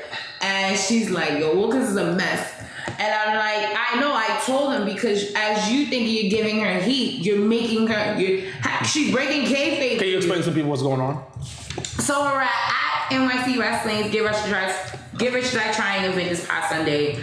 Our good other co-host, Miss Ivy and her squad was there. And this one over here. Some chicken. That's when we do stuff with our Spanish brethren, It's called Platinos and chicken. Yeah. Whatever. Or Platinos and grill. And it just doesn't make any sense to me. So this guy over here is like yelling at her, like, you suck. And A, she wasn't even a heel. 2, she wasn't a heel? She really wasn't. She wasn't a heel? Come on, son. She coming out with Yeah. But regardless, with a letter and everything, the glass, she's a heel. Regardless, this one kept yelling at her, and she's like trying not to laugh, but I'm telling him she's laughing. So she's like, you suck. And she continued, that's right, so it's the worst. Anybody say anything? Shout outs to HBC 2 Sweets podcast. They were also at Ring of Honor as well. So shout out to you guys for just joining us. I had to do that. What's the podcast from Texas called again? One Too Sweet podcast. Shout out to them. They had an excellent podcast yesterday. We were able to watch yesterday. Had a live yesterday. It was pretty good. I really enjoyed it. Shout out to y'all. Anybody else say anything? Well, she said, "Nah, I love you." Yeah, right. Chuck Daddy 7 said Braun. I forgot about Braun. Yeah, and I got some things to talk about for Raw.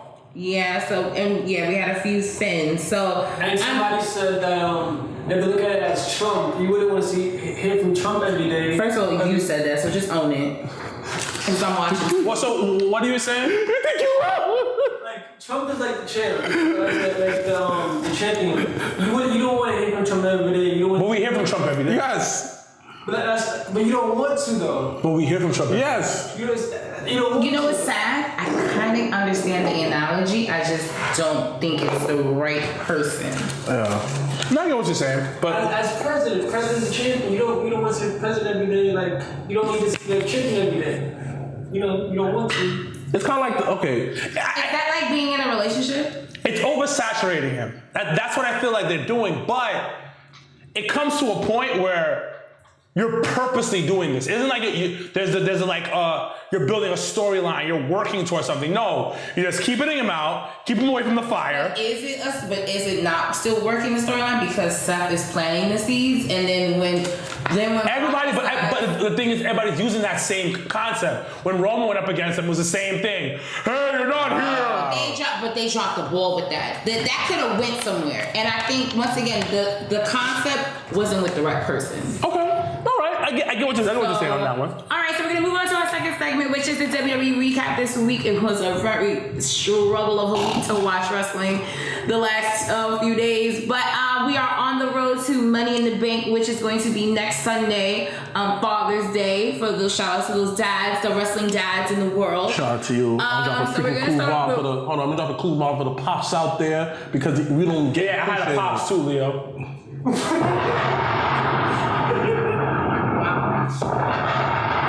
Okay. Thank you. Shout out to y'all. One or the other. I gotta do both at the same time. But no. I can't be greedy. That is greedy. Sorry being greedy. Okay. I gotta give to the needy. All right, well, we'll start. Please someone get that bar. You gotta start beating. What? You've been eating long enough now. Stop being greedy. Partner, give to the needy. I know, I love DMX. Shut up and get to your two ups and 2 downs. Yeah, and exactly 2 ups and 2 downs. So pick and choose wisely.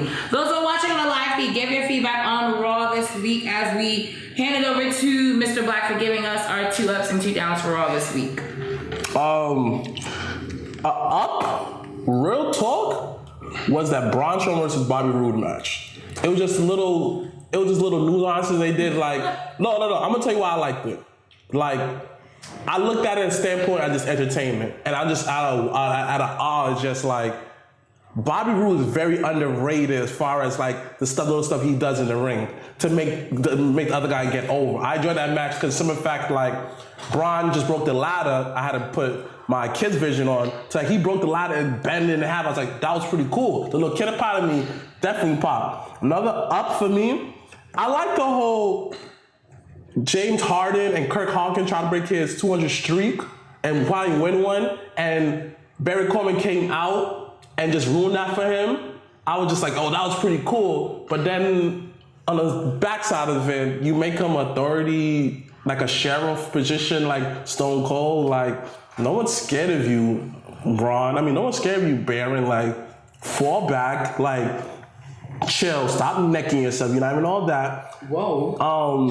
Another big down was the Nia versus Natalia. That whole segment was just uncomfortable to watch. Like, how you go from like, yo, I got all the energy in the world, like, yo, you can get these hands, and the next week you on something like, oh my gosh, Natalia, I came back to check on her, this character. No! Stop being inconsistent with her character. That pissed me off. Dang! But that's kind of the point, though. It's No. You can simply just she cared about her after that Roddy got in the face, he just mushed her. And the time like, nah, save it for the pay-per-view. Something to show that how that, nah. And I said, but that's the issue with wrestling fans is when you don't get the way you want to book. No, because it's simple fact, it's inconsistent. And that's like how that. They've been inconsistent from the beginning, so they've actually. All I'm saying is this. Inconsistent. Yes, they keep it consistent, being inconsistent. Yes, but all I'm saying is. Yeah. I got that from WorldCulture.com. Isn't that like a oxymoron? Oxymoron? Yes, but you can't put two negatives together. All I'm saying this way. Keep that college education right there. Nah, I think it's like 6th grade education. Yeah. All I'm saying is this way. That's the biggest down of the public night. schools. The biggest down, and I'm like, it was biggest down. That's all my 2 other two. What was your other down? My other down? Oh, your other down was Baron Corbin? Yeah, him just coming out and like, oh, I'm authority figure. Nigga, you ain't Stone Cold. Like, your move is not accessory just to pull off real quick. No. Austin wasn't really good authority anyway either. But the fact he was entertaining, the fact that he brought back the IC title. But okay, so question, do you even like Baron Corbin? I like him, but I don't like him as an authority figure because he's not, you know. That's the point. He needs to shave his head. Yes. Yeah. But then again, he might be a skinhead, so you don't need that on television. What? He might look like a skinhead. Yeah. That's what I mean. Like, he might look like a skinhead, so I don't think he should bald it. And if he does bald it, he should get like a beard or something like that. He has a little thing going on. Yeah, but he like a full beard, like, So, It's not Ross. yeah, so I'm he's Moses. Then Moses was Post Malone, so he's. I'm gonna start with my 2 downs. Okay. First things first. My down was Braun Strowman versus Bobby Roode, and I know you enjoyed it, but I'm looking at more of a storyline point of view of like, what are you doing with Bobby? Like, I think I said this podcast a while ago when he first was brought up. Maybe on our previous podcast I said this. I am scared for what they're gonna do with Bobby Roode. I said it numerous times before. He's gonna get lost in the shuffle. They have to protect him because he's a talented person. Where at some point, like, yo, what's going on? And the thing about him, his career is gonna be very longevity because he was in Beer Money for so long. So that preserved him for a while. Yeah, and it's like he has a phenomenal physique. He's solid on the mic, great ring work. So what are you doing with the guy? I don't know if it's one of those things like, wait till your time comes, kid. Yeah, it's kind of like that. I think because, you know, and it's everyone knows.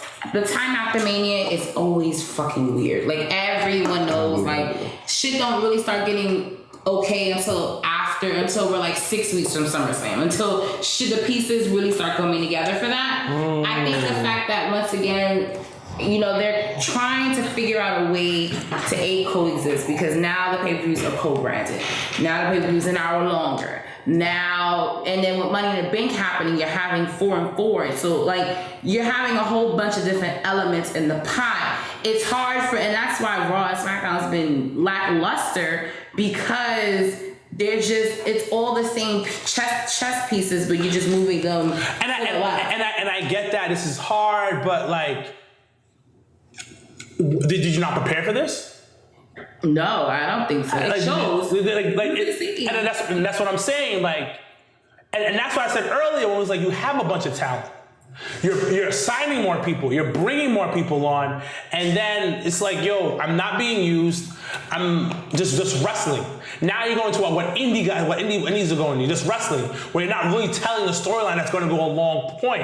I get it. You're trying to figure things out, but bruh, you're $1 billion business, man. Let's have shit prepared. Like, you should have, okay, WrestleMania's done. Next book, let's pick up the next book. This is what we're doing. And they may have that already in stable, but I don't see that with Bobby Roode, where it's like, I feel like he's just coming along, put him in a match, we'll see what happens.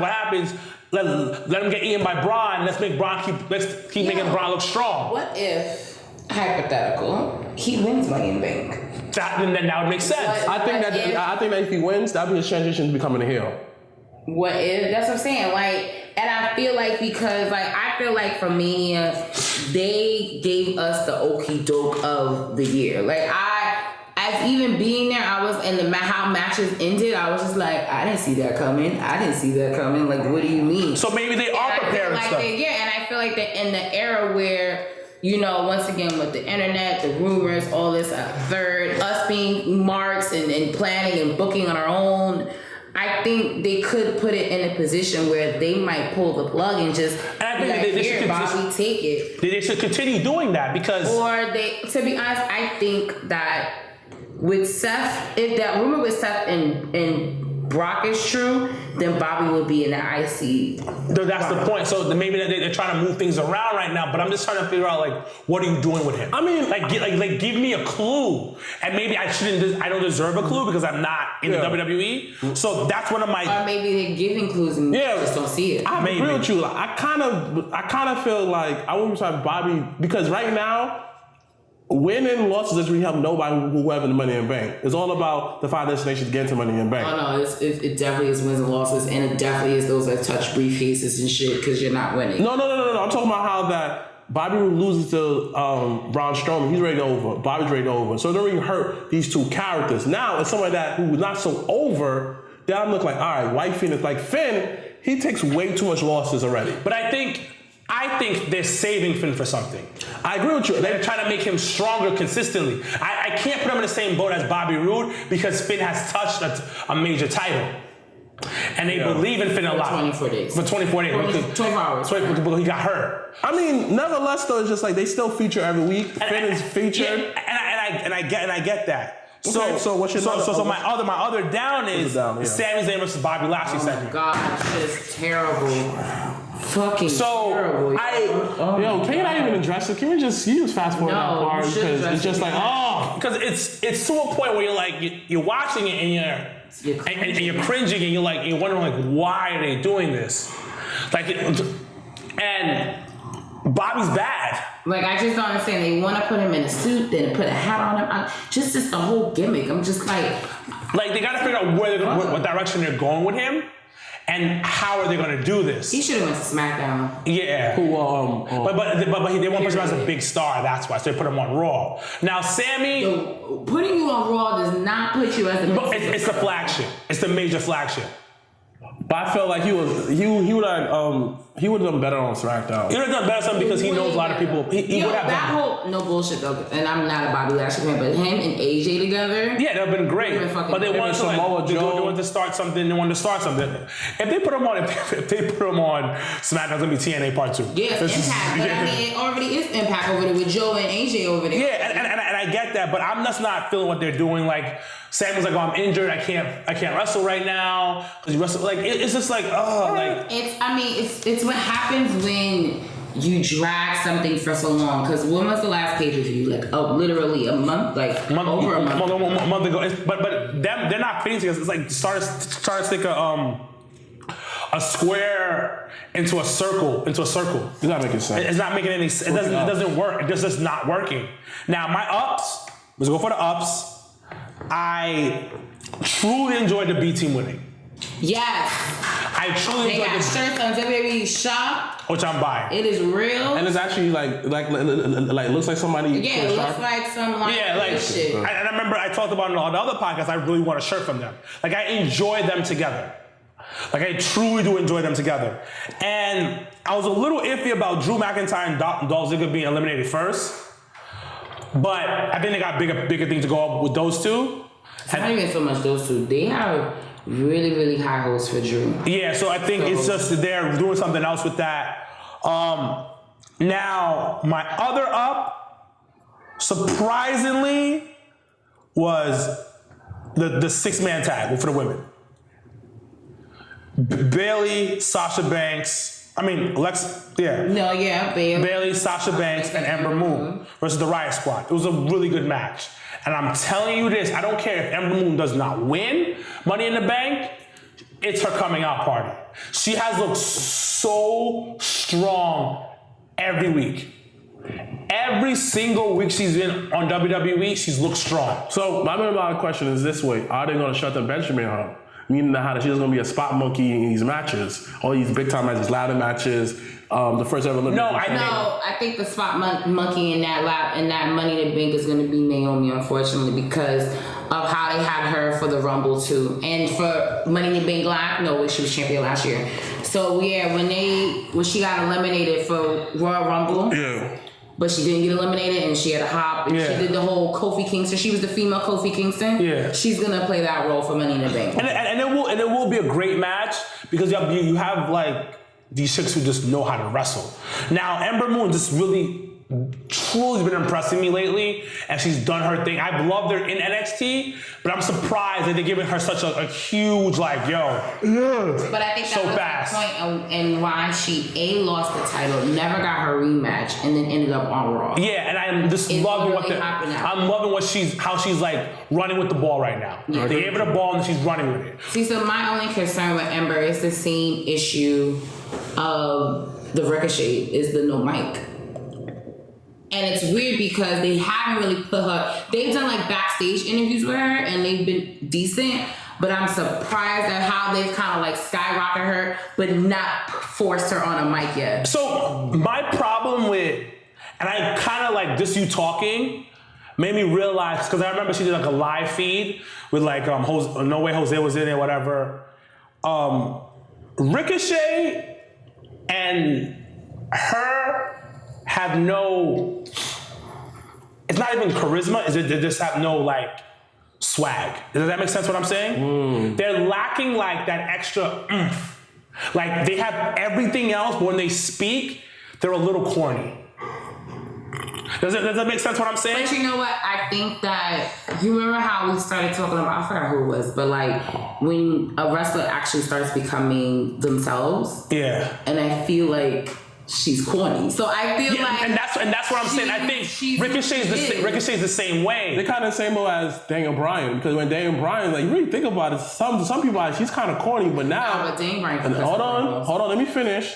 He embraces that. No, but it's his corny. He's just your average guy. Yeah, he embraces it. But them, they try to fight it. Justin Blue _ weird name, but thanks for watching. Justin said the word he's looking for, which is you, is sauce. Like they don't have any sauce. They don't have any, and I've seen, and like I remember the first time Ricochet spoke, like I really heard him talk that promo, and I always go back to that first promo he cut to start the Velveteen and him. Let's not talk about like feud. Mm-hmm. He started speaking, and I expected. The sauce to come out. I expected the ragu. But he was not dripping in any of that shit. I'm just like, yo, because you have the look, you can dress your ass off, you look fucking amazing, like your whole concept is great. But when you spoke, you're like, oh. Okay. Like Ember Moon is the nerdy girl next door. She can't cut, and that's my only issue with her. You tired? So I agree with you, but again, it's just like, give them some time. I'm telling you, these guys gotta work more. And I don't know what they do, what they have to deal with, so I can't really say anything. But you guys, like Ember Moon's gonna be her coming out party, but I want her to be prepared to fully grab that brass ring when it's time. I agree with you. So we can go off the SmackDown if you want to. Yeah. So SmackDown. So- Smack is smack. Yeah, it's just been brutal watching WWE this week. I didn't watch SmackDown. You didn't watch I just read the thing. That's okay. That's when I only watched the second hour. Remember I was on, when you bumped into me? I saw I was like this. Oh, you stupid. Jeez, okay.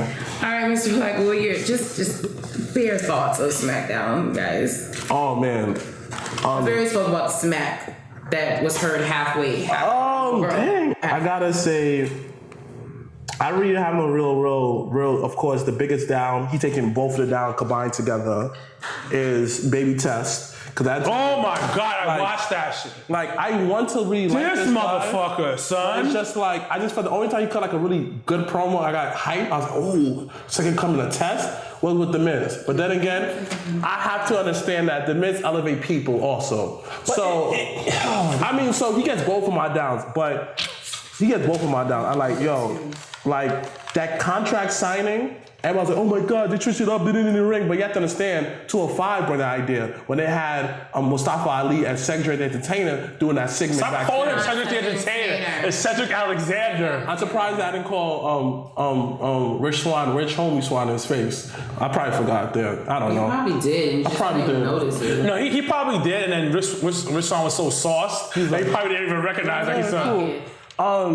I say the biggest up, the New Day put on that whole, the whole vignette going into that match was real great. So that gets an up all the way, bro. The New Day versus Thing match was an excellent match.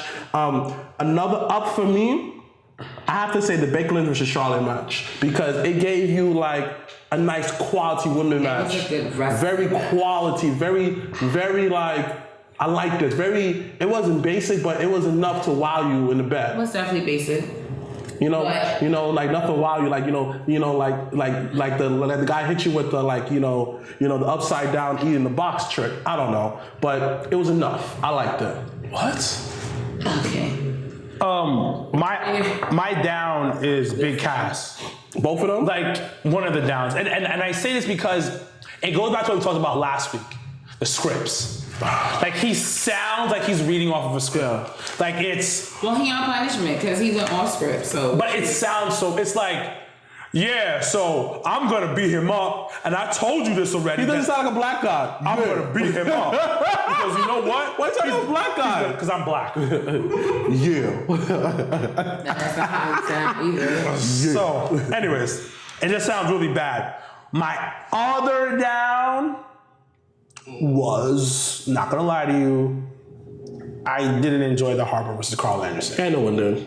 I wasn't a big fan of that match. Yeah, me either. I watched the replays and everything. I was like, this is. Yeah, I feel like Anderson did way better. The match prestige. Now, the contract signing, some people weren't really like over it, but I enjoyed it. I thought it was cool. Not in the ring. I thought it was really cool. It goes back to that old school ways of like Hogan and like back in the day when they were doing like things. Like It brought me shades of Bret Hart versus Owen. yeah, and it looks more realistic that way.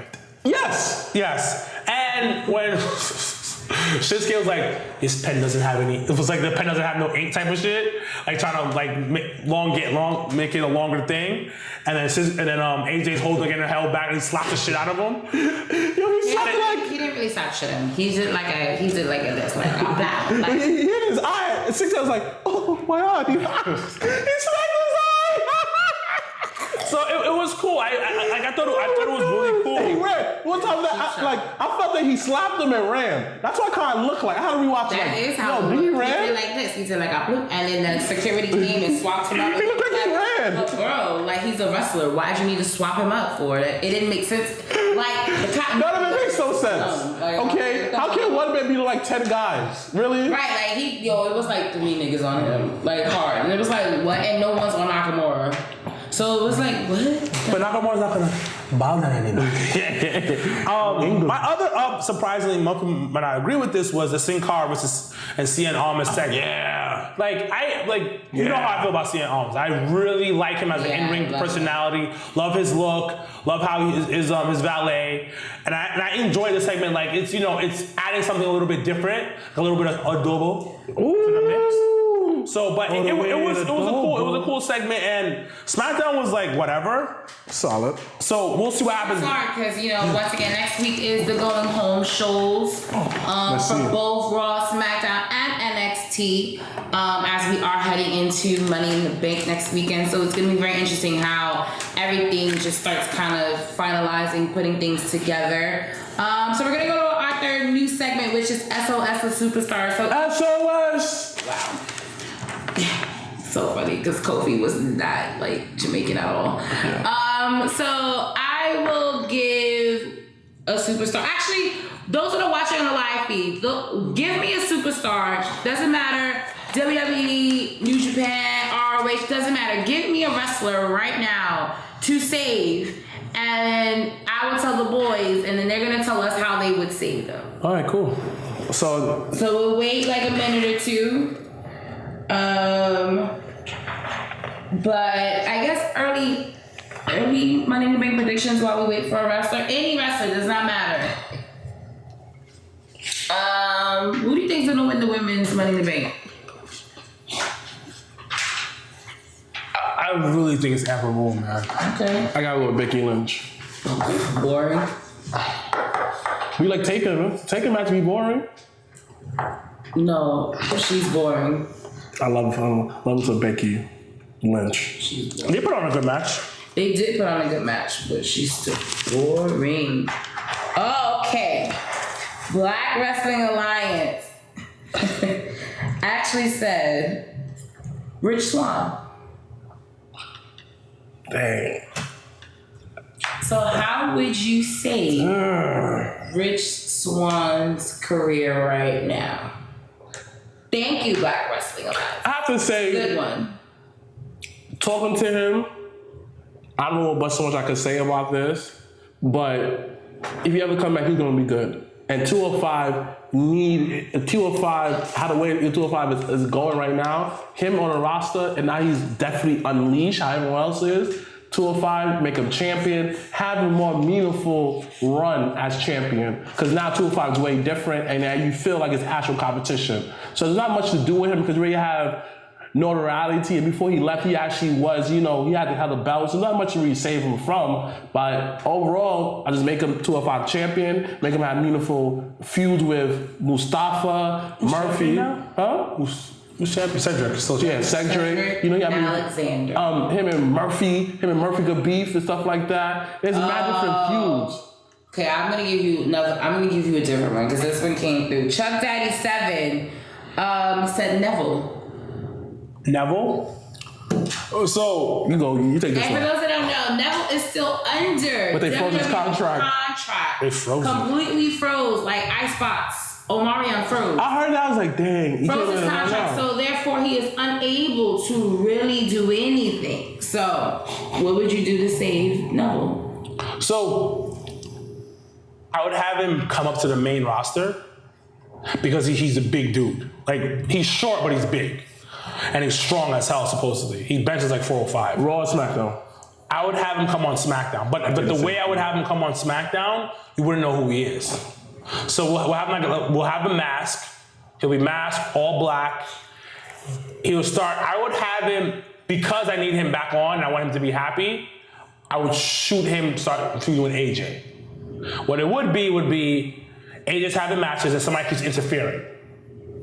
And we don't know who it is. Keeps coming out, interfering, throwing AJ around, makes him lose matches, makes him lose a pay-per-view match. We keep we're all clues of who it is. And we have to do a really good job of like covering him up, so not knowing who he is. So then we finally unmask who the person is by he probably puts AJ through a fucking table or something. Puts him through a table, takes the mask off, and we find out it's Neville.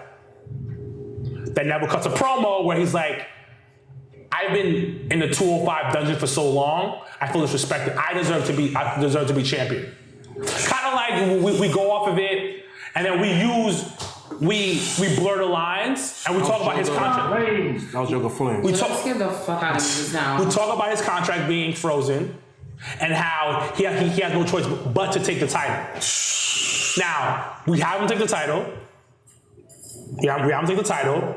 Don't have him Medusa it. No, we have him take the title, and then he holds the title hostage, kind of. Like he'll be on NXT, he'll be on 205 Live, and then the whole point is that he wants a new contract. So we'll have him hold the title hostage because he have multiple brands. Let's drop a DJ Clue bomb for that one. So now that he's holding the title hostage, the company's forced to wave their hands and strip him of the title, type of thing. They strip him of the title, and then now they have like a number one contendership for the title, whatever. AJ is still gonna be the person, but who's gonna fight AJ for the title, type of thing. And then he starts sabotaging the number one contender title matches. So we'll have this run for like about 3 months, obviously, like a good amount of time. So he'll start sabotaging people lose in their matches, like ends up being like a draw, ends up holding people out. Like he'll keep sabotaging over and over and over again. I think that's a really good feud. Until he gets a new contract and a title again. It's like a good summertime feud. Yeah, we'll start working that in. Yeah, it's a real good So we'll work it in. So that's my way of doing Neville. Side note, I feel like a lot of the underrated feuds goes on around the summertime. Because SummerSlam is and I feel like a lot of people don't talk about the feud that happened during summer. I think that's a very good feud because I feel like that's gonna really set up for the whole summer. Yeah, but we have to make it the whole point of it when it starts off, we don't know who it is. No vignettes, none of that. No vignettes, no conversation. He has a mask on, like a fucking ski, yeah. We don't know who it is, and he's sabotaging. I mean, and we can even go to that even like a deeper thing and like do stuff outside. Like you see AJ in the airport, and then like his tickets are messed up. He can't show up to the arena. He switched things in his bag. And Crazy thing about that, real talk, I think it might be a real good idea. They say how that they doing like a that's a good way to plug the network. And like let's say WWE24, right? And then you see Neville, the guy, the black figure, you notice him always in the back like this. And the guy was like, yo, AJ, you know who that is? Huh? What? Yes. Disappear. So you'll see him at a bar. You see AJ hanging out with a bunch of other superstars at a bar, and somebody just sitting in the back, just like with like a coat on and sunglasses and like a trench coat, some real creepy shit. Yeah, and after that, you see AJ taking a selfie. This, that, and third.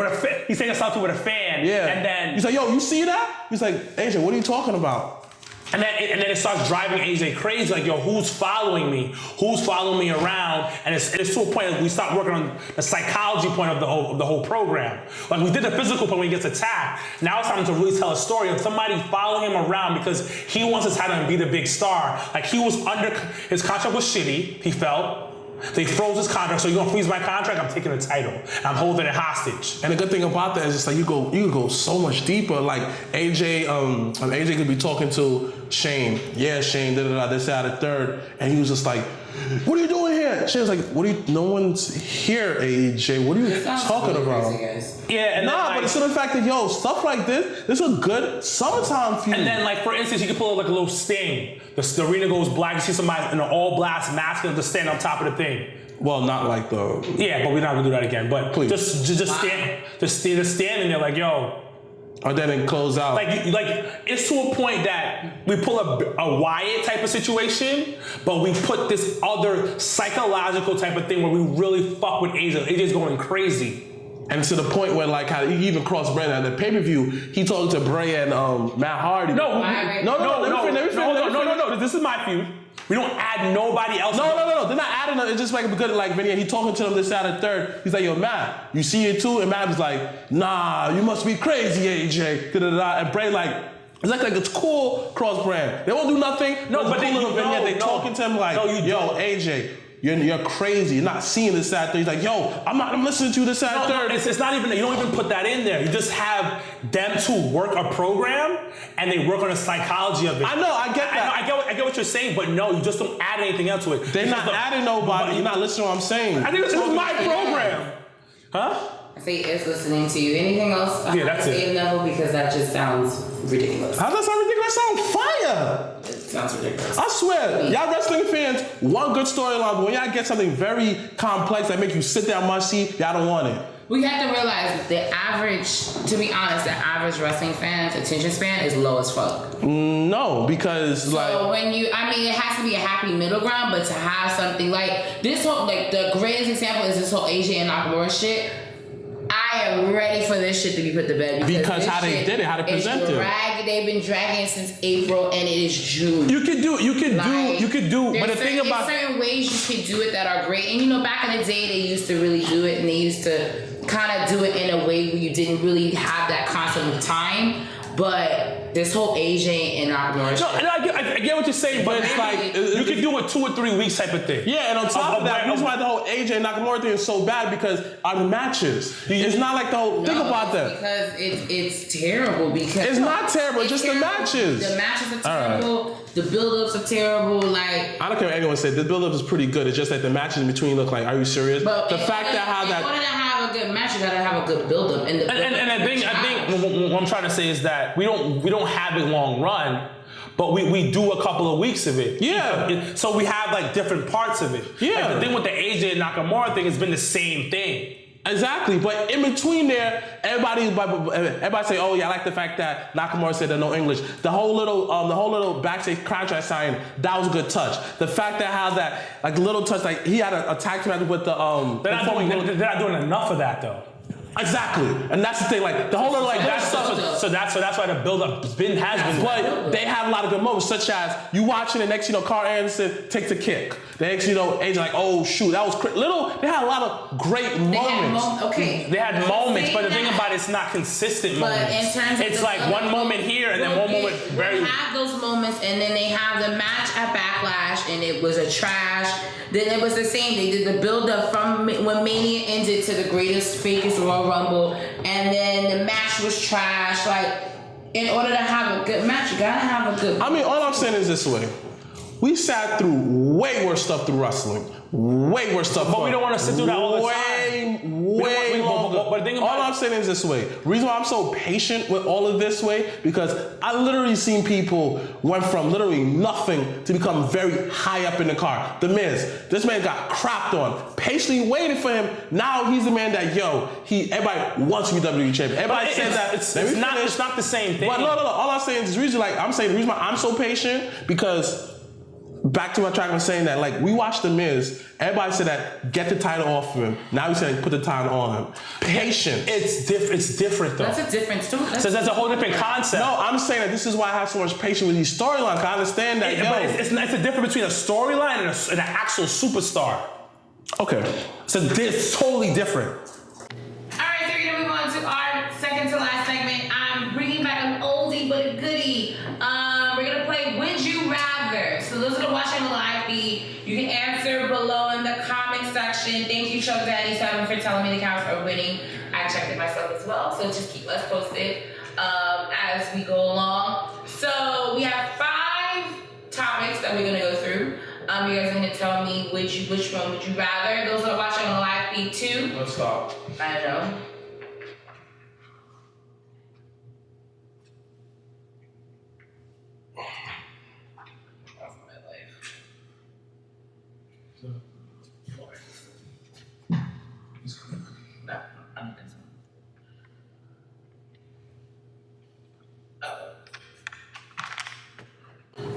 Alright, so as I mentioned, thank you for rejoining us on the live feed. We're gonna play Would You Rather. So, would you rather a traditional ring or a 6-sided ring that TNA used? Traditional. 6-sided. Why? Because it looks different. Just like passing through the channel, you're seeing that, and I felt that I had a lot of great memories seeing AJ, Samoa, Kurt, and like it was so cool seeing that whole cage. And it felt it was devastating. Like memories of Lethal Lockdown, stuff like that. I had memories of that, and I wouldn't mind just bringing it back for a little bit. I mean, I did like TNA's X division is one of the most unspoken divisions I think in wrestling, and I definitely think their match that they used to have was really, really good. Would you rather an Iron Man match or a Last Man Standing match?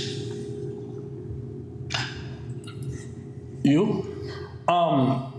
Iron Man match, because it's you have to be good to put on an Iron Man match. Yeah, me too. Like I gotta agree, because I felt that a lot of Last Man Standing match, you just put something over somebody, boom, that's it. Okay.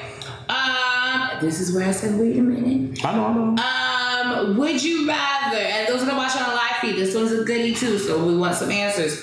Would you rather see WWE pay-per-view or Ring of Honor / New Japan at Madison Square Garden?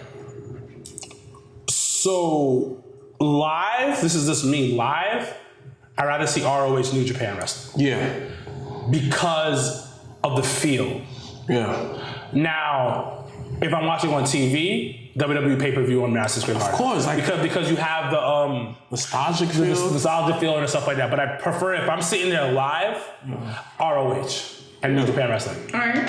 I agree with him because it's just see a new company in there. You know, even though I have fond memories of Jeff Hardy jumping off the taxi, Taz tapping out, passing out Kurt Angle. Yeah, my friend's pay-per-view was Madison Square Garden. Right, Shawn Michaels winning it all after being out for so long. A lot of great memory. I just feel like I want to see these other up and coming guys in Ring of Honor, New Japan. Lucha Underground, just have that moment in Madison Square Garden. Because not everybody will get to WWE. At least you can say I had a match at MSG.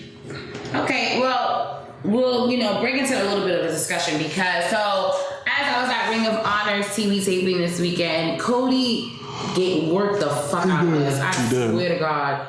That was not nice. So as everyone knows, All In, which is being financially thrown by the Young Bucks and Cody, this coming Labor Day weekend in Chicago, Cody worked the crowd and got us all hyped on All In 2 and tried to front like it was happening. They were trying for Madison Square Garden. Then when the crowd popped, like everyone popped, like we all popped, like pop. He was like, yeah, we would never do it in a stinking town like New York. Like he gave us the heel work and it was terrible. But at the end, the Young Bucks came back and said, you know what? Never say never.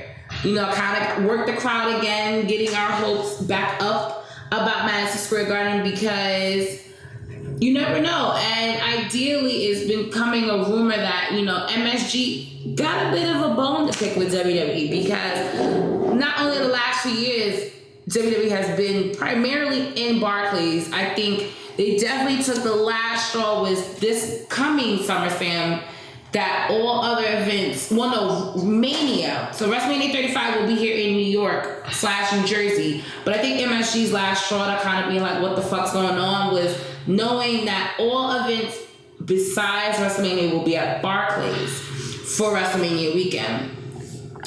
And for those that don't know, it is a lot. Like in terms of shows, WWE mostly does 2 house shows a year at Madison Square Garden. Yeah. They don't do pay-per-views, they don't do Raw, SmackDown, anymore.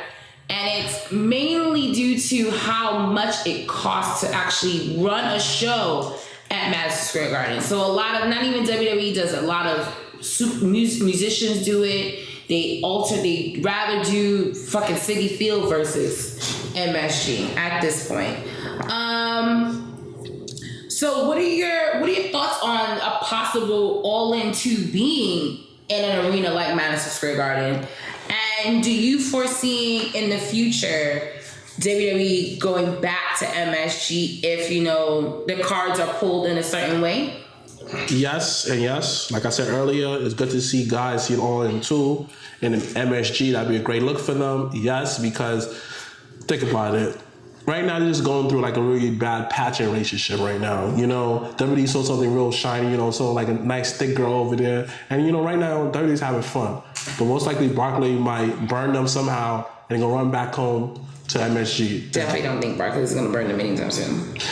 Yeah, but in general, like every business relationship goes bad.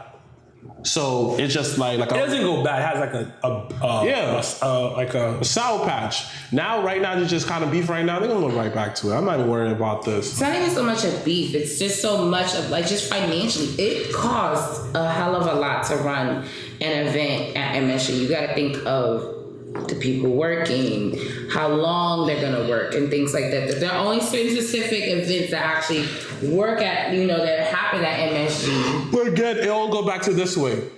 When someone, like every artist's dream is to perform at MSG, even to this day. Even Barclays is right there, Barclays is there, but your goals get to MSG. To be honest with you, a lot of guys don't perform. She's right. A lot of guys do not perform at MSG anymore. Like, No, because they already did it. But it's the running cost. So it is primarily the running I'll cost. tell you something. The Weeknd has been in New York. I see The Weeknd every year. Time. Every year he performs he goes on tour. I've seen him and he's never been at MSG. He's been at Radio City Music Hall.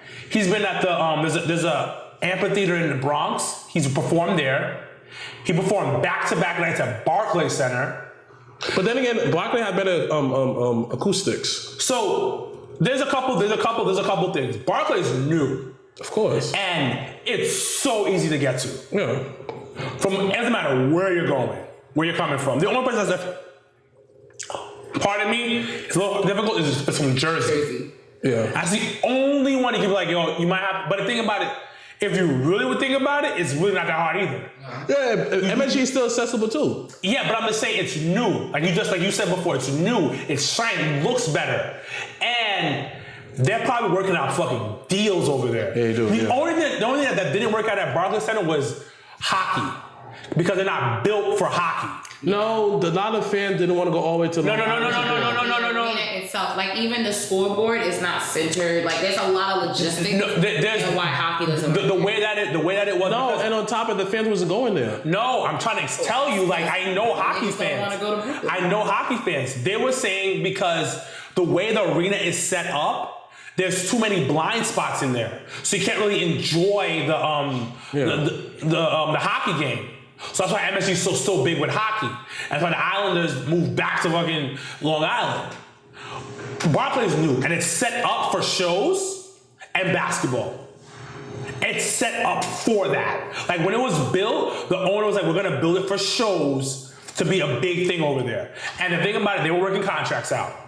So MSG has every right to be pissed off because for the past, has it been 3 years? Yeah. We've been at Barclays? Now would be, And he's doing like 3 nights in a row, sometimes 5 nights in a row. Yeah.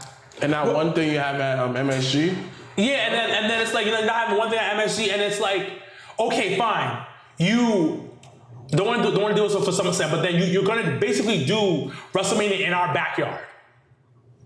And not do nothing with us, and we've been with you for like years. We have pictures of like matches of you. Yeah, I think Vince has a plaque inside Madison Square Garden. Yeah, so they feel some type of like, yo, what's going on? I mean, overall, I agree with you with everything you're saying though, but eventually MSG is gonna come to their senses because they remodeled. They did remodel. Yeah, but it's not so much. They just it's just the way that the cost of running works. Because ideally, so what's gonna end up happening is let's say, so for instance, Justin Timberlake had dates in New York, both MSG and Barclays. Mm-hmm. The tickets at Barclays were cheaper than the tickets at MSG. It's always that way. So as a wrestling fan, we already bitch and moan about the product alone. Like let's say Survivor Series comes back to MSG.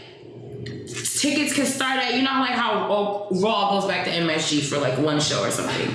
Tickets at Barclays, any commercial, it says starting at $25 for Barclays. If they go back to MSG, that shit gonna start at $75. And also, like it's just the feel is better. The feel is better. As a consumer, you have to think, and as on WWE side, as you think of the consumer, you have to think of people's budgets. I'm not disagreeing with none of y'all. All y'all saying is great, phenomenal points. But eventually they're gonna go back. I'm going to Hall of Fame though. If Taker goes in, I'm definitely going to Hall of Fame. I'm going to Hall of Fame next year for that because it's going to be so beautiful at Barclays Center. Yeah, of course. It's sad that it's doing this, but these pockets are They ain't easy. They ain't easy, and it ain't easy, and I'm pretty sure they're doing better deals at Barclays. And I enjoy going to Barclays. Like I truly enjoy. It smells good. The staff is so nice when I go there. Like they're so. It's a different experience. It's a whole different experience. It feels more upgraded, and they got to figure something out. I've been at MSG is years. Yeah, I've only been. The last time I was at MSG was when they did that fucking match. When's that Taker match? July. House show in July with Undertaker. July 7th? Ronda. I don't remember the exact date, but it's in July. Oh, we got to pee. But I gotta pee too, but we all gotta pee. Jesus. All right. right, next one would be: would you rather Shawn Michaels or Shawn Michaels. Edge? Shawn Michaels. I didn't even finish. No, you didn't Rude. finish. Shawn Michaels. Really? Yes. Yeah. Why? I just love Shawn. Yeah, and Edge, you already saw his last match. No, but you didn't know that was going to be his last match. Yeah, but he ended up on top. But you didn't know he was going to be like that. I love Edge. Edge is in my top 15. Yeah, but again, Shawn's in my top 5. Yeah, but then again, it's just like we saw Edge have his moment. He got the championship. He gave it back. He rolled to the sun. Cool. But again, It was too soon. what is it too soon? He had a great career. It still was too soon. How was it too? He had a very great. Shawn, we didn't get to enjoy him Shawn enough. had a great. Are you kidding? Are we gonna? Shawn had a great career, bro. Shawn had a great. Shawn had a great career. Can I talk? Shawn ended Ric Flair's career. So we're gonna do that. Can I talk? You do forget at one point Shawn was injured for a while. Don't forget that. That's why Austin won at WrestleMania 14. Let me finish. I was saying that with Shawn, it's just like there's so much more stories you can tell with him, and the fact that he's so much better than Edge in the ring. I'm not saying Edge is the bad person in the ring though, but it's Shawn. He has that extra sauce to him compared to Edge. I'm not saying Edge is not bad. Again, Edge is one of the top heels I've ever seen in WWE. Believable, everything like that. But I'd rather see HBK versus Dolph, HBK versus AJ Styles, HBK versus a little bit of Ricochet, HBK versus Velveteen Dream. There's so many dream matches you can have with him. How many dream matches that people say about Edge? You can have Edge and AJ. You can have Edge. Again, who is rooting for that? You can have Edge. Who's rooting for that? And same people you said. But Royal Rumble came around. Nobody put the Edge and Shawn Michaels, Edge versus AJ. No, they put HBK versus. So hold on. Edge is better than HBK in the ring. He's better than HBK. Yes, he is. Hold on. No, I'm not taking that. No. Edge is better than HBK in the ring. No. What makes HBK better than Edge is HBK is more charismatic. Blasphemy. And HBK tells a better story because of his because of his background. Blasphemy. That's how long he's been in the industry. Blasphemy. Edge is better than the ring. On a physical standpoint, Edge is better than HBK. Blasphemy. But I'd rather have HBK because HBK is more charismatic. And I love charismatic characters. That's why I fuck Bret Hart and love Owen Hart. But if we're gonna talk about charismatic, you cannot ignore the Edge and Cena feud. Like, period.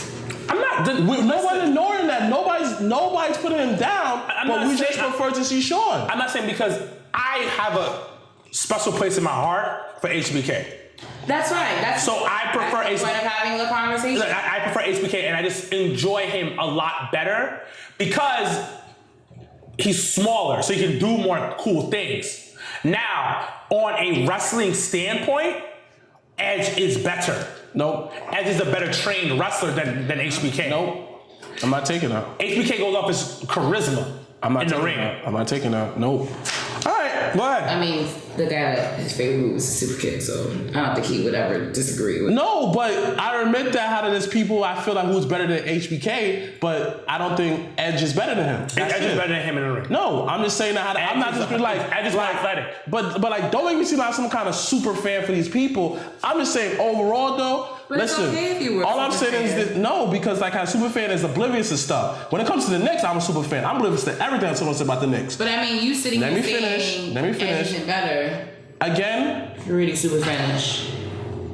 Again, Edge is physically better, listen, more gifted. I'm not saying that there's nobody better than HBK. I didn't say I'm it. not saying We're that. talking But about that's Edge. what she's saying. But that. no, we did not say that. We're talking about Edge. As far as edge-wise, Edge is not better than him. I don't care. Yes, he is. He's physically more talented than HBK. Let's agree to disagree. Whatever, but I'm not gonna. We're not doing that because Edge is better. Point blank. Next subject.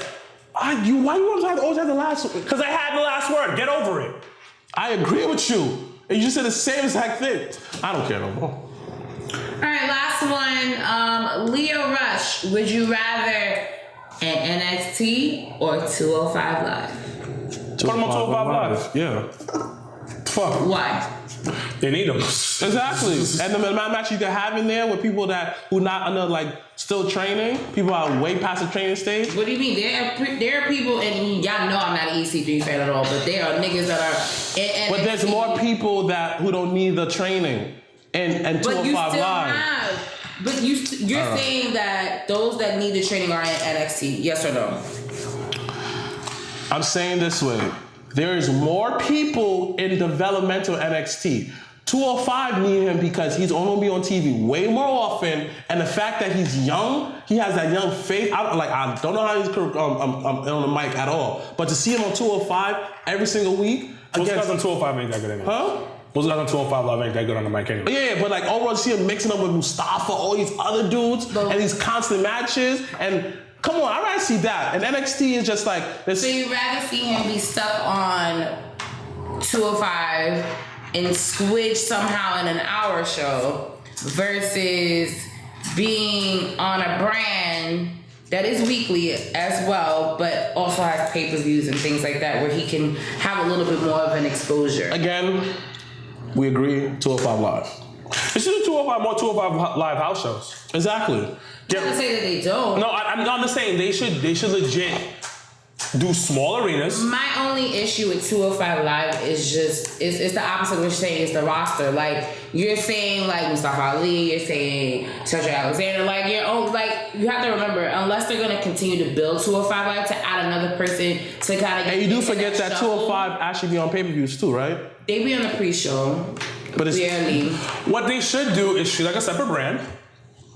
But they tried, and they were on Raw, and it wasn't working. They should do a completely different hour. Totally separate. Keep it network. They do that now. No, I'm just saying, that's what they're doing. Just keep it network. It's a network thing. Promote. They don't do that. That's why. I don't think they don't do it. All right. So we're closing this up? So yeah, we're going to do you guys have any money for the list this week? No, I don't have any money because I really got to pee. Yeah. It became all about you guys now. Well, I do got one person. It's this chick, right? She's so bitter about me never getting with her. Oh my gosh. So she's going on the list. Chick is still bitter.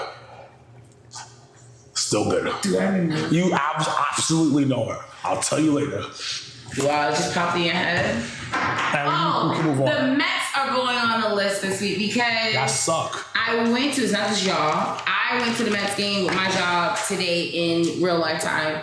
And Baseball is boring. Baseball is very boring. And they went 8 innings, them and the Baltimore Orioles went 8 innings scoreless. And then the Orioles finally got a run and the score was 1-0. And it was the quickest baseball game I've ever seen in my life. But the Mets, you started off talking mad shit. Met fans started talking mad shit at the beginning of the season in April. And now look at who's number one? Yankees.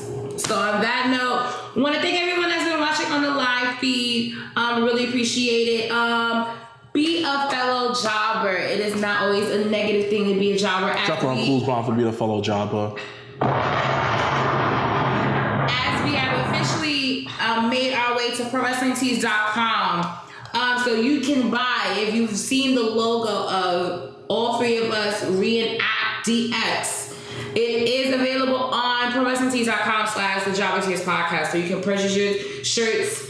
We would appreciate it if everyone get a shirt by SummerSlam so we can take a really great big group picture in front of Barclays. How much is the shirt online? $20. $20. Look, if you can spend your money on fucking Jordans and on all types of random shit, weed, I don't give a fuck. You can spend all the money on that. Listen, you can spend $20. if y'all niggas could give $20, all y'all money to WWE, the big machine, and to all these places. I mean, ideally, it would take you 4 months to get, 5 months to, 2 months for $9.99. So listen, if y'all could buy all these merch every time they have a sale online for WWE, you can help out the smaller man. All right. So I will not label myself as a smaller man, but we will still. Hold on, the tees do come in women's sizes. They come in men's sizes. They also have a soft tee too. So it's like mixed with a different. It's like a dual material, which is cotton and like another soft material that it does. So it feels really good. You just pay a little extra. So you have that. You can also get it as a tank top too. Yeah, so you can just get out the tank top and. So yes, it is the hottest summer thing to get. So be a fellow jobber and purchase our shirts on ProWrestlingTees.com. A little bit of a flip of a script. Those that are watching New Japan this weekend is their big pay-per-view. It will also be at 3 o'clock in the morning, Saturday morning. What channel is it on? Sling? It's not. It's on their pay-per-view. So those that are you gotta get the app. to subscribe, New Japan Pro Wrestling.com. And you're gonna see There's an app too. There's an app. It's called New Japan Okada World. and Omega in a 2 out of 3 falls no time limit match that is very long. You'll see the Bullet Club. You'll see Young Bucks. You'll see Rey Mysterio Jr. So there are some really interesting people. Is it on demand too? No. Well, on demand on New Japan. Yeah. Will it be on demand? Yeah, so New like Japan World, if you're not up at 3 o'clock in the morning, you can watch it if you are subscribed to their website, and you can rewatch the rerun in English, because that's how I saw what was it called? On Access TV. Well, Access won't play it until another 2 weeks, and they're only gonna play a condensed version of it. So if you are subscribed to New Japan, you can watch that this weekend. We have some local indie shows going on. So BCW, shout out to my guys at a Shot of Wrestling podcast. They are supporting, and they've been supporting BCW, and they have their show this Friday, Summer on Smash, at the Elks Lodge in Queens. So those that are in the tri-state area, you want to see some indie wrestling, they actually have tickets on Groupon for as low as $10. So there really is no excuse to go and support our guys at a Shot of Wrestling podcast. And they're actually having a karaoke thing, after party thing too. So it's going to be a really fun and interesting Friday night. And then also Saturday is House of Glory presents Temperature Rising at Amazora this Saturday. They're having a meet and greet at 4 o'clock. So you can meet Ultimate Dragon, Mean Gene Okerlund, TNA, Sami Callihan, Tyson Kidd, and WWE Hall of Famer and new AAA Mega Champion Jeff Jarrett will be there, signing autographs, shaking hands, kissing babies, all that jazz. Their show bell time is 6 p.m. so it is not the regular time at 8. So please make sure you are there early, and always support your local indie wrestling shows.